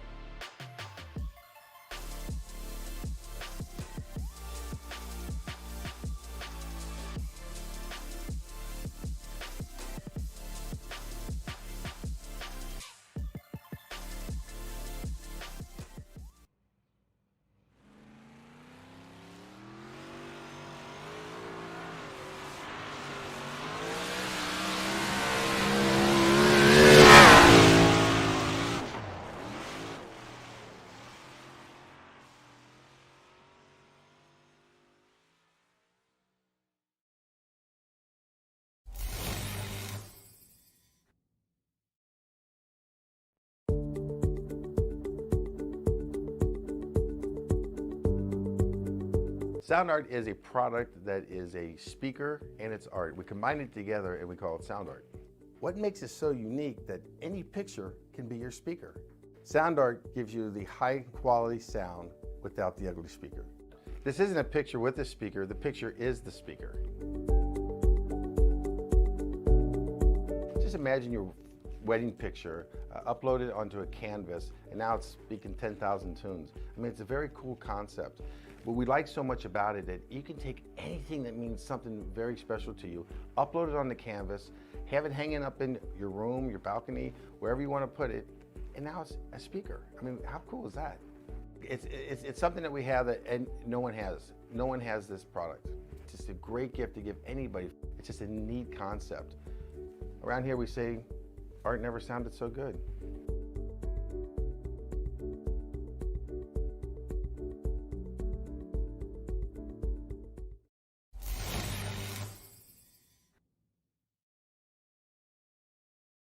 Have you found yourself trying to hide your joy because you're unhappy with your teeth? Your smile is the first feature noticed in an interview, on a date, or in family photos. We want you to be able to shine bright as your best self, and our teeth whitening system is the perfect step toward restoring your confidence.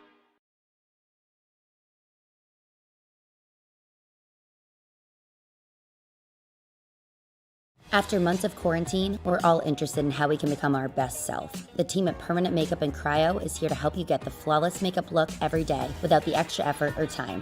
When it comes to your appearance, you deserve the best care that money can buy.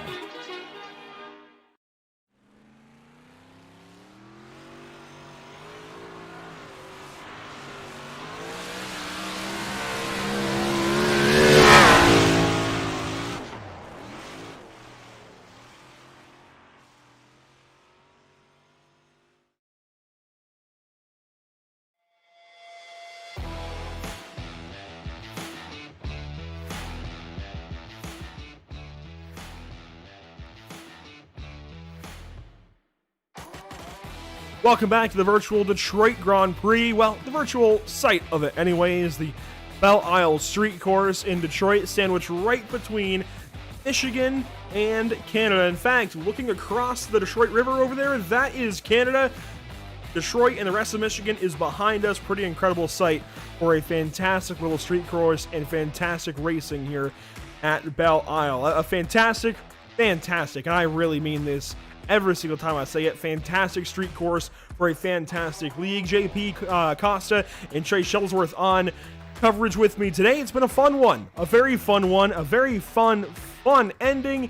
And JP, guess what? Instead of handing you the race winner for sake of linguistics, I get to speak to our race winner. Isn't that fun? I get to speak to Matthew Dench, and Matthew Dench is somebody that I think gained a lot of respect, a lot of extra respect today for being able to wheel the McLaren here for an hour straight. No mistakes, at least that we saw. There was a couple of code brown moments during that race with the back markers, but yeah, managed to keep it off the walls and run away with that one. And I kind of got into a little bit of a soapbox at one point about where back markers should go as a driver and as a race winner, clearly somebody who led every single lap today at Detroit. Where do you prefer a lap car to go? How do you prefer them to facilitate that path?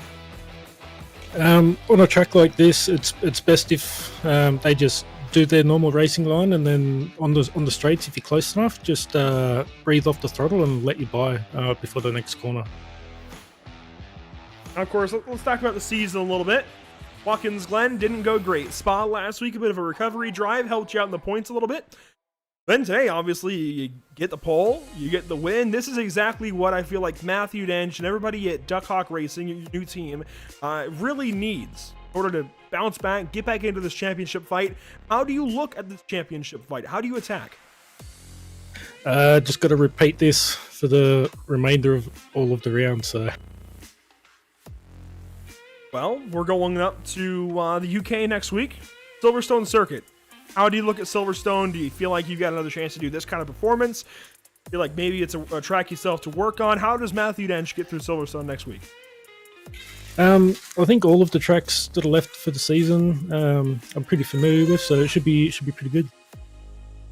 Of course, I'd imagine you've got your eye on one. That would be race number 7, Phillip Island. Do you set up for that one specifically to help catapult you back into championship contention? What do you look for there? Yeah, Phillip Island should be an absolute blast. Done many laps there. It's very enjoyable. Fair enough. That's Matthew Dench. Who makes it happen for you, buddy, over at Duck Hawk Racing and everything else? Fabio and Spencer, it's pretty good over there, and my team RSR, Frank, we're all doing pretty well. There you have it, Matthew Dench. Man, a few words. Just, I'd say happy to get this race win. Certainly, it sounds like it a little bit, and certainly well accomplished. Buddy, have a great night. We'll be talking to you, I'm sure, a lot more this season. Really cool to see you get this recovery drive. All right, thank you. I'll see you next week. Matthew Dench taking home victory at Detroit. We'll hand things right on down the line then to Jackson Resende finishing second place. Então, Jackson, mais uma vez falando contigo, muito bom falar contigo novamente. Me fala aí como é que foi a tua corrida, parece que foi bem confortável em segundo lugar, infelizmente Matthew Dench ficou um pouco fora do alcance, mas me fala como é que foi. Boa noite, João Paulo. Boa noite a todo mundo que está acompanhando a transmissão. Começando ali pelo quali ali, eu fiz uma primeira volta ali cautelosa, depois eu fui tentar fazer mais 2 voltas rápidas, eu acabei encostando no muro, mas a minha volta que eu fiz foi suficiente para largar na segunda posição. Aí no começo da corrida ali, o Matthew conseguiu abrir um pouquinho ali, só que a gente tinha um ritmo muito parecido, estava muito igual até na parada do box ali, mantendo aquela diferença ali de 2 segundos. Só que na saída do box ali, da primeira parada ali, ele teve mais facilidade com os retardatários, de se livrar deles ali mais rápido. E acabou abrindo 5 segundos ali. Aí eu vi que não compensava arriscar tanto assim, porque estava confortável o segundo lugar. E foi isso, eu trazer o segundo lugar para casa aí, sem bater no muro. E só tenho a agradecer aí meus companheiros de equipe por estar treinando forte. E vamos para a próxima agora. Obviamente, Detroit é uma pista muito traiçoeira, a gente viu vários carros perdendo controle, não batendo no muro, essas coisas. Quão difícil é essa pista, especialmente no Audi, e a gente viu o Matthew na McLaren, mas o Audi também é um carro bem traiçoeiro às vezes. Quão difícil é essa pista pra, eu acho que, tipo assim, masterizar ela, sabe, deixar ela à perfeição que nem você fez hoje? Cara, de 0 a 10 eu diria uns 9,5, porque principalmente o Audi ele é muito traseiro, principalmente na primeira volta, para rodar é questão muito fácil de rodar, é muito difícil fazer 1 hora de corrida aqui sem errar. Bom, eu garanto que continua muito difícil, mas conseguir um segundo lugar, o que é ótimo, vai muito te ajudar no campeonato, obviamente que vai ajudar full time também nos construtores, mas semana que vem em Silverstone, como é que você se prepara? A pista vai ficar um pouco mais confortável para você? É melhor do que pista de rua já. Mas semana que vem vai ser bem corrido. Infelizmente tem um campeonato aqui no Brasil, aqui, aí terça, quarta e quinta seguido tem corrida e vou ter que dar meus pulos para treinar. Quero só ver como é que você vai desempenhar em todas elas. Eu te desejo toda a sorte do mundo em todas elas. Espero falar contigo semana que vem. Mas antes de deixar você ir embora e praticar para essas corridas, quem que você tem a agradecer? Eu quero agradecer a Full Time por estar sempre aí nos apoiando e agradecer a B8 Seguros. Bom, garanto que eles estão felizes e, bom, meus parabéns de novo pelo segundo lugar e espero falar contigo semana que vem. Obrigado, eu também. Boa noite. Boa noite, Jackson. So, Andrew, I mean, he was quite happy with second place. In quali, the first lap that we saw from him, he said it was the first cautious lap. He tried pushing on the second and third lap, but ended up invalidating them, touching the wall.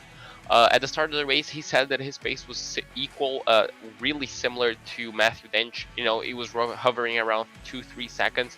But after the pit cycle, Matthew got quite luckier with the lap traffic, and unfortunately for him, the gap increased to 5 seconds. And then he decided that it was not worth risking his second place to try and chase down Matthew. So he kind of just sit back and, I guess, ran his pace. You know, just minding the gap, all this sort of stuff. Talking about track difficulty, we all know this track is really difficult. He rated a 9.5 out of 10, so I mean, a tricky track, but luckily for him, no mistakes, no big mistakes for him, bagging him a second place. And I mean, he's confident for Silverstone. He said it's a better track, an easier track because it's not a road course. But he's going to be full next week. He has actually races on Tuesday, Wednesday, and obviously Thursday here with us. So quite a big calendar. Is going to be interesting to see how he'll, I guess, go on Silverstone with that busy schedule. Only time will tell for Jax or Ascende. Either way, a very, very good day at Detroit for him. Move things down the line to our amateur race winner, Brian Long. YouTube chat was going a little bit crazy for you. Very, very happy to see the number 176 atop the amateur scoring pylon. But it was a very quiet day. You worked on through. It seemed like you were third, then you were second.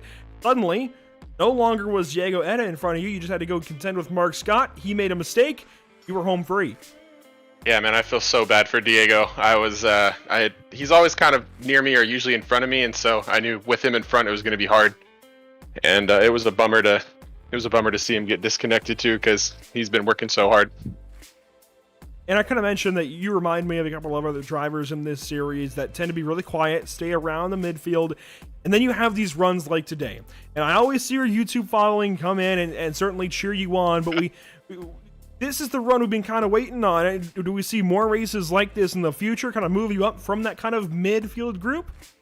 Man, I hope so. A lot of those people that are in YouTube are just, they've just been supporting me. It's just friends and family who know I've been working really hard at it, and been working with Daniel Moorhead, getting some coaching like a lot of the other guys in the league, and that's been hugely helpful. And then just, trying to stay consistent. Last week 2 weeks ago, I had a really bad result, just not putting enough laps in and didn't respect Spa enough, and so my results reflected that. But yeah, it's been 2 weeks just lap after lap trying to make sure that when we got in here I could at least not hit the wall, and it paid off. And how is the practice regimen? Of course, it takes out the open setup deal. These are fixed setup races. It's just a matter of getting yourself accustomed to the fixed setup for that racetrack. Well, same everywhere, right? It's the same downforce package. It's just a matter of how it handles that track. Do you test other cars, or is it always the BMW? I've been sticking with the BMW just because I figured, consistency and comfort is going to be more important for me right now than trying to find those 2 or 3 tenths with, the Ferrari or the Audi or whatever. And practice is just 20, 30 minutes, put down as many laps as I can, as quick as I can, and then go back and, compare to compare to other guys in the league. There's any kind of telemetry out there I can compare, and just kind of seeing where the differences are, because like you said, it's all fixed, it's all the same. So if I'm making mistakes, if I'm going slower, I don't have a setup to blame. So it's very easy to just say, okay, here's where you're going slower, fix it. And I like that part about the Fix series. All right, buddy, I don't want to put you on the spot too bad. I don't want to jinx anything, but Silverstone next week, call your shot. Where do you finish, or whereabouts? Goals, top 3. I want to finish as champion in top 3. I think I can do it. So that's where I'm going to aim for. And if I don't make it, oh well. Gonna try. There you have it, Brian Long shooting for a top 3 next week. And I see Sim Racing for Simpletons on your door. Tell us about Sim Racing for Simpletons and anybody else on your car. All right. So Sim Racing for Simpletons, or SR4S, it's a channel and a stream that I've been working on. I'm in kind of a pause mode because we're moving to a new state, and so I don't have my usual recording stuff. But I teach for a job, and so I love to coach. And so I've been using it to kind of help keep myself accountable, and then also just kind of find easier ways to explain racing concepts to people who, maybe it's too complicated. If you're going to watch a coaching video or something, there's just all these technical terms. Just keep it simple. And then, we got lucky with a sponsor. Family friend wanted to be involved, and so they're covering like race fees and all that kind of fun stuff, and that's Signet America. And I'm really, really happy to have them. They've been helping a lot. Absolutely, Brian. Thank you so much for your time. Congratulations, buddy. You're a race winner in the North American Racing League. That's got to feel pretty good. Live it up. Celebrate a little bit. And I'm sure you're going to get back and maybe teach a little bit tomorrow morning. But maybe don't live it up too much, but live it up. Will do. Thanks, guys. Broadcasts are awesome. Keep it up.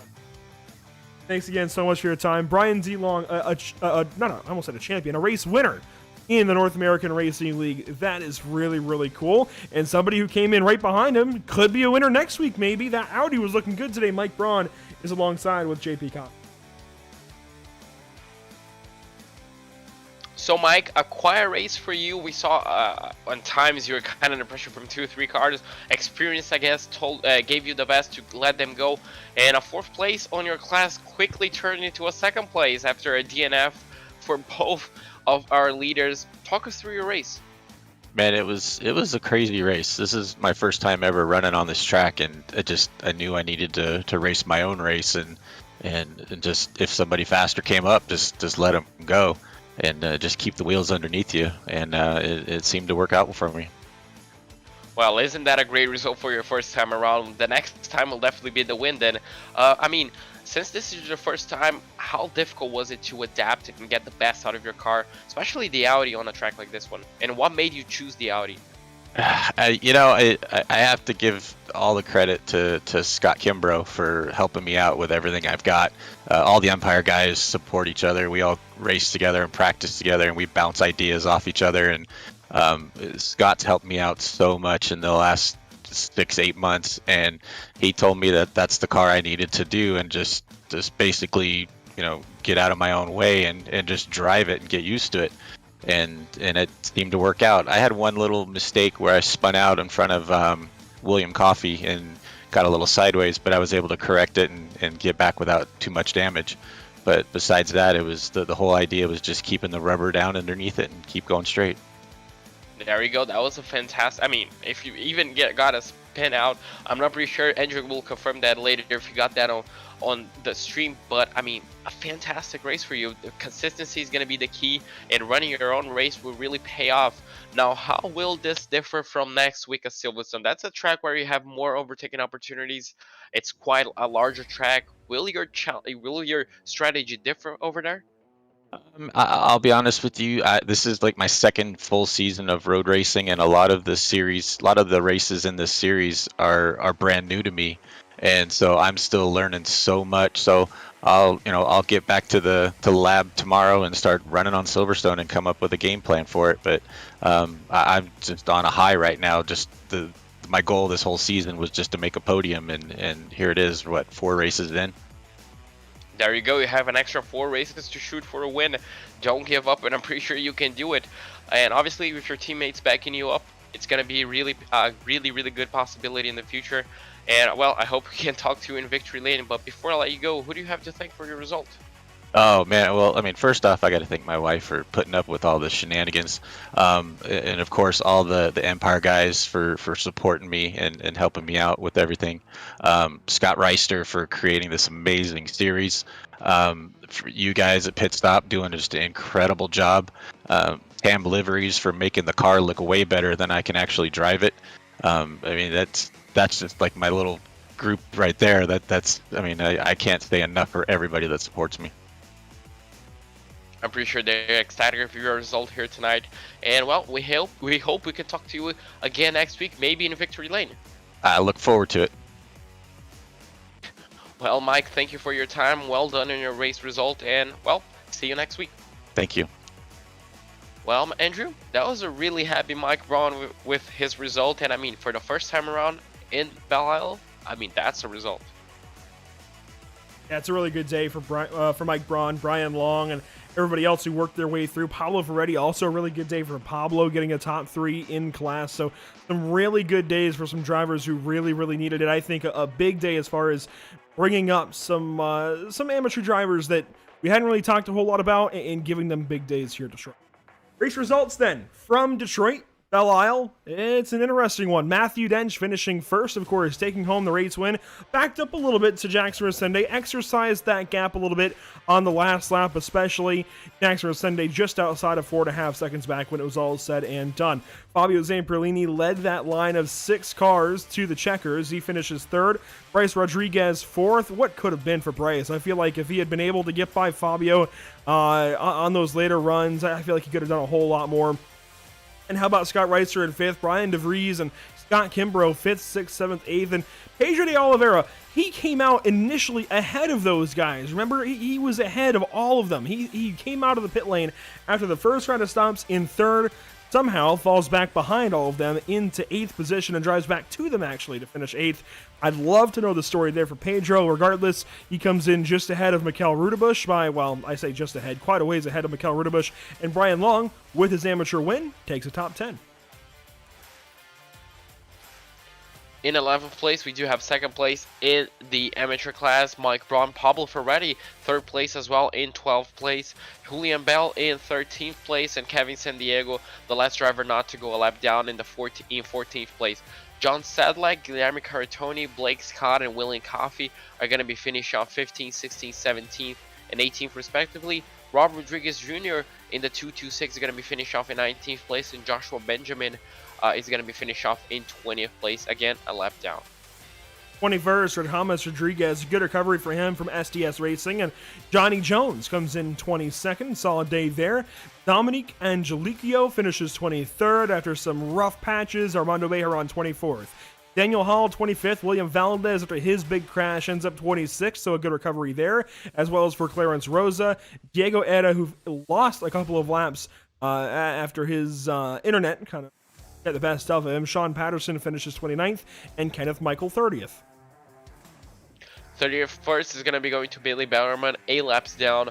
Ian Ward and Chris Winstone, both are going to be finishing off 10 laps down. Jose Antonio Ramos and Jose Antonio Ramos Lopez are both going to be finishing off 14 laps down. 16 laps down, we're going to have Mark Scott take him, unfortunately 22 laps down. Then Sonny Brown 38th, Austin Powell 39th, and Joshua Jensen 33 laps down in 40th place. So all 40 cars that turned up, I think, had a pretty decent day going at least at one point or another. Joshua Jensen, Austin Powell, Sonny Brown, the first of the drivers out, unfortunately. Well, their days went awry pretty quickly, but they at least started out pretty decently. Great. We talked about the schedule earlier on, JP. Here's the rest of it, like we talked about. Silverstone next week, that's next up for these guys. The street course here in Detroit, already done and dusted. How incredible is that? That was a fantastic race. The final 15-20 minutes were absolutely stunning, and I'm pretty sure the battle between those drivers is not over. It's going to carry all the way from Silverstone all the way to Road America and the championship as well. Probably we're going to be seeing a big turnaround in points, especially with the bad result of Pedro de Oliveira. I mean, the championship is only getting better and better. And can you believe that we have one NARL race left before it's December? And no, I actually just thought about it. Holy smokes, the year is nearly over. Yeah. But I mean, it's gonna be a big present, a big Christmas present, the finale at Road America. Yeah, we're gonna be properly down to Christmas time by the time that comes around. I gotta get the Christmas lights up here in the studio. Get it looking like Santa Claus is coming to town or something like that. But that is the rest of the schedule. Silverstone, Hungaroring, Phillip Island, Road America. Some really solid racetracks coming up. Going to be exciting to see how things wrap up.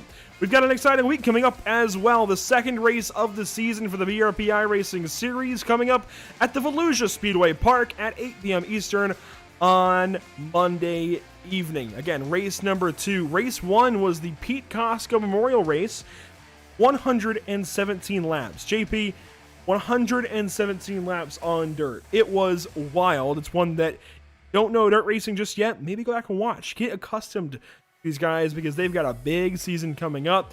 Then it's the Outlaws Sim Series. And hey, JP, you might have to go join these guys again for another Outlaws race. You helped out Emerson last night. Go join him again for this one because it's not just at the Charlotte Motor Speedway. It is the Charlotte Motor Speedway Roval race for these guys coming up later, well, in just under a week on Wednesday evening at 7:30 Eastern before we head back to Silverstone, back to the UK with the North American Racing League. Last time they were up in Great Britain was, of course, double check in my mind, right? It had to be Donington last season. I'm trying to think if there was another one. We opened the season. Monza, yes, thank you. Monza and the Watkins Glen Spa. So yes, that will be our first trip back to the UK since the season finale back at Donington. Well, it's going to be interesting. It could be a payback race if you think about it for Matthew Dench and Jackson Resende. It could be, I guess, redemption for them, not payback. So it's going to be interesting. And as you mentioned, the Outlaw Sim Series, I mean, I wouldn't mind joining. So Emerson, if you're watching it, Roval on trucks, I mean, I'm all the way up for it. It's going to be a fun race to watch and commentate. Yeah, that's going to be a wild one. Sim Series. It's an elimination race for them as well.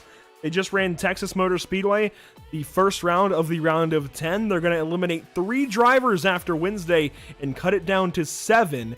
For a couple more races, we'll cut them down to 4 for the championship at Atlanta in December. In fact, That'll be a fun week. We will be crowning a champion of the Outlaw Sim Series December 15th. That's a Wednesday. And then we crown the next North American Racing League champions on Thursday, December 16th. So Wednesday, December 15th, champion night. Then Thursday, December 16th, champion night. That'll be a fun couple of days back-to-back with a couple of finales for each of those leagues. JP, there's a lot of great places to keep up with all of these great races. Where can they watch? Well, you can follow us on pretty much every single social media at facebook.com/pitstoptv, twitter.com/pitstoptv_.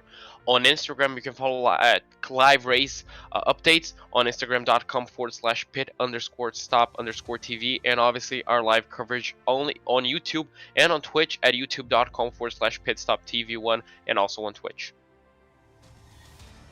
A lot of great places to watch and keep up with our social media activity. We've got a lot of great things coming up, I'd say, for 2022. You'll want to make sure rather that you are tuned in to everything Pit Stop TV up soon. What a great day of racing at the North American Racing League. Race 4, anyways, at Detroit. Really great stuff all day long. A big round of applause to all of the partners with the North American Racing League. Of course, Race Lab, Tam Livery, and JS Consulting, and everybody making everything happen behind the scenes. There's some announcements that have come out and are coming up more recently, they've come out recently and are coming up here in the near future. There we go. For the NARL, make sure to keep up with those as well on social media. Big things coming for this series that we are really looking forward to here at Pit Stop TV. Big stuff coming on the way. But for now, that will do it from the Detroit Grand Prix, Belle Isle Street Course, however you want to put it. A really great day of racing, and we thank you all for tuning in here at Pit Stop TV. For all of us at Pit Stop TV, myself, Andrew Cardinale, JP Costa alongside on the mic this evening, Trey Shuttlesworth on social media this evening, as well as everybody else who works with us throughout the course of the week. Every week, Emerson Arden, Jacob Zala, Devin Kent Zimmerman, Vincent... I never say his last name, so I always forget. Vincent. We always call him Vincent or Vinny. Cortez. Vincent Cortez. There we go. I always forget his last name for some reason. I never really use it to address him. But everybody else that works with us, Trey Patton, Eric Brennan, Caleb Gladney, and everybody else who makes our great team so great. Thank you so much for watching. Thank you so much for tuning in. We will see you next time. Have a great night.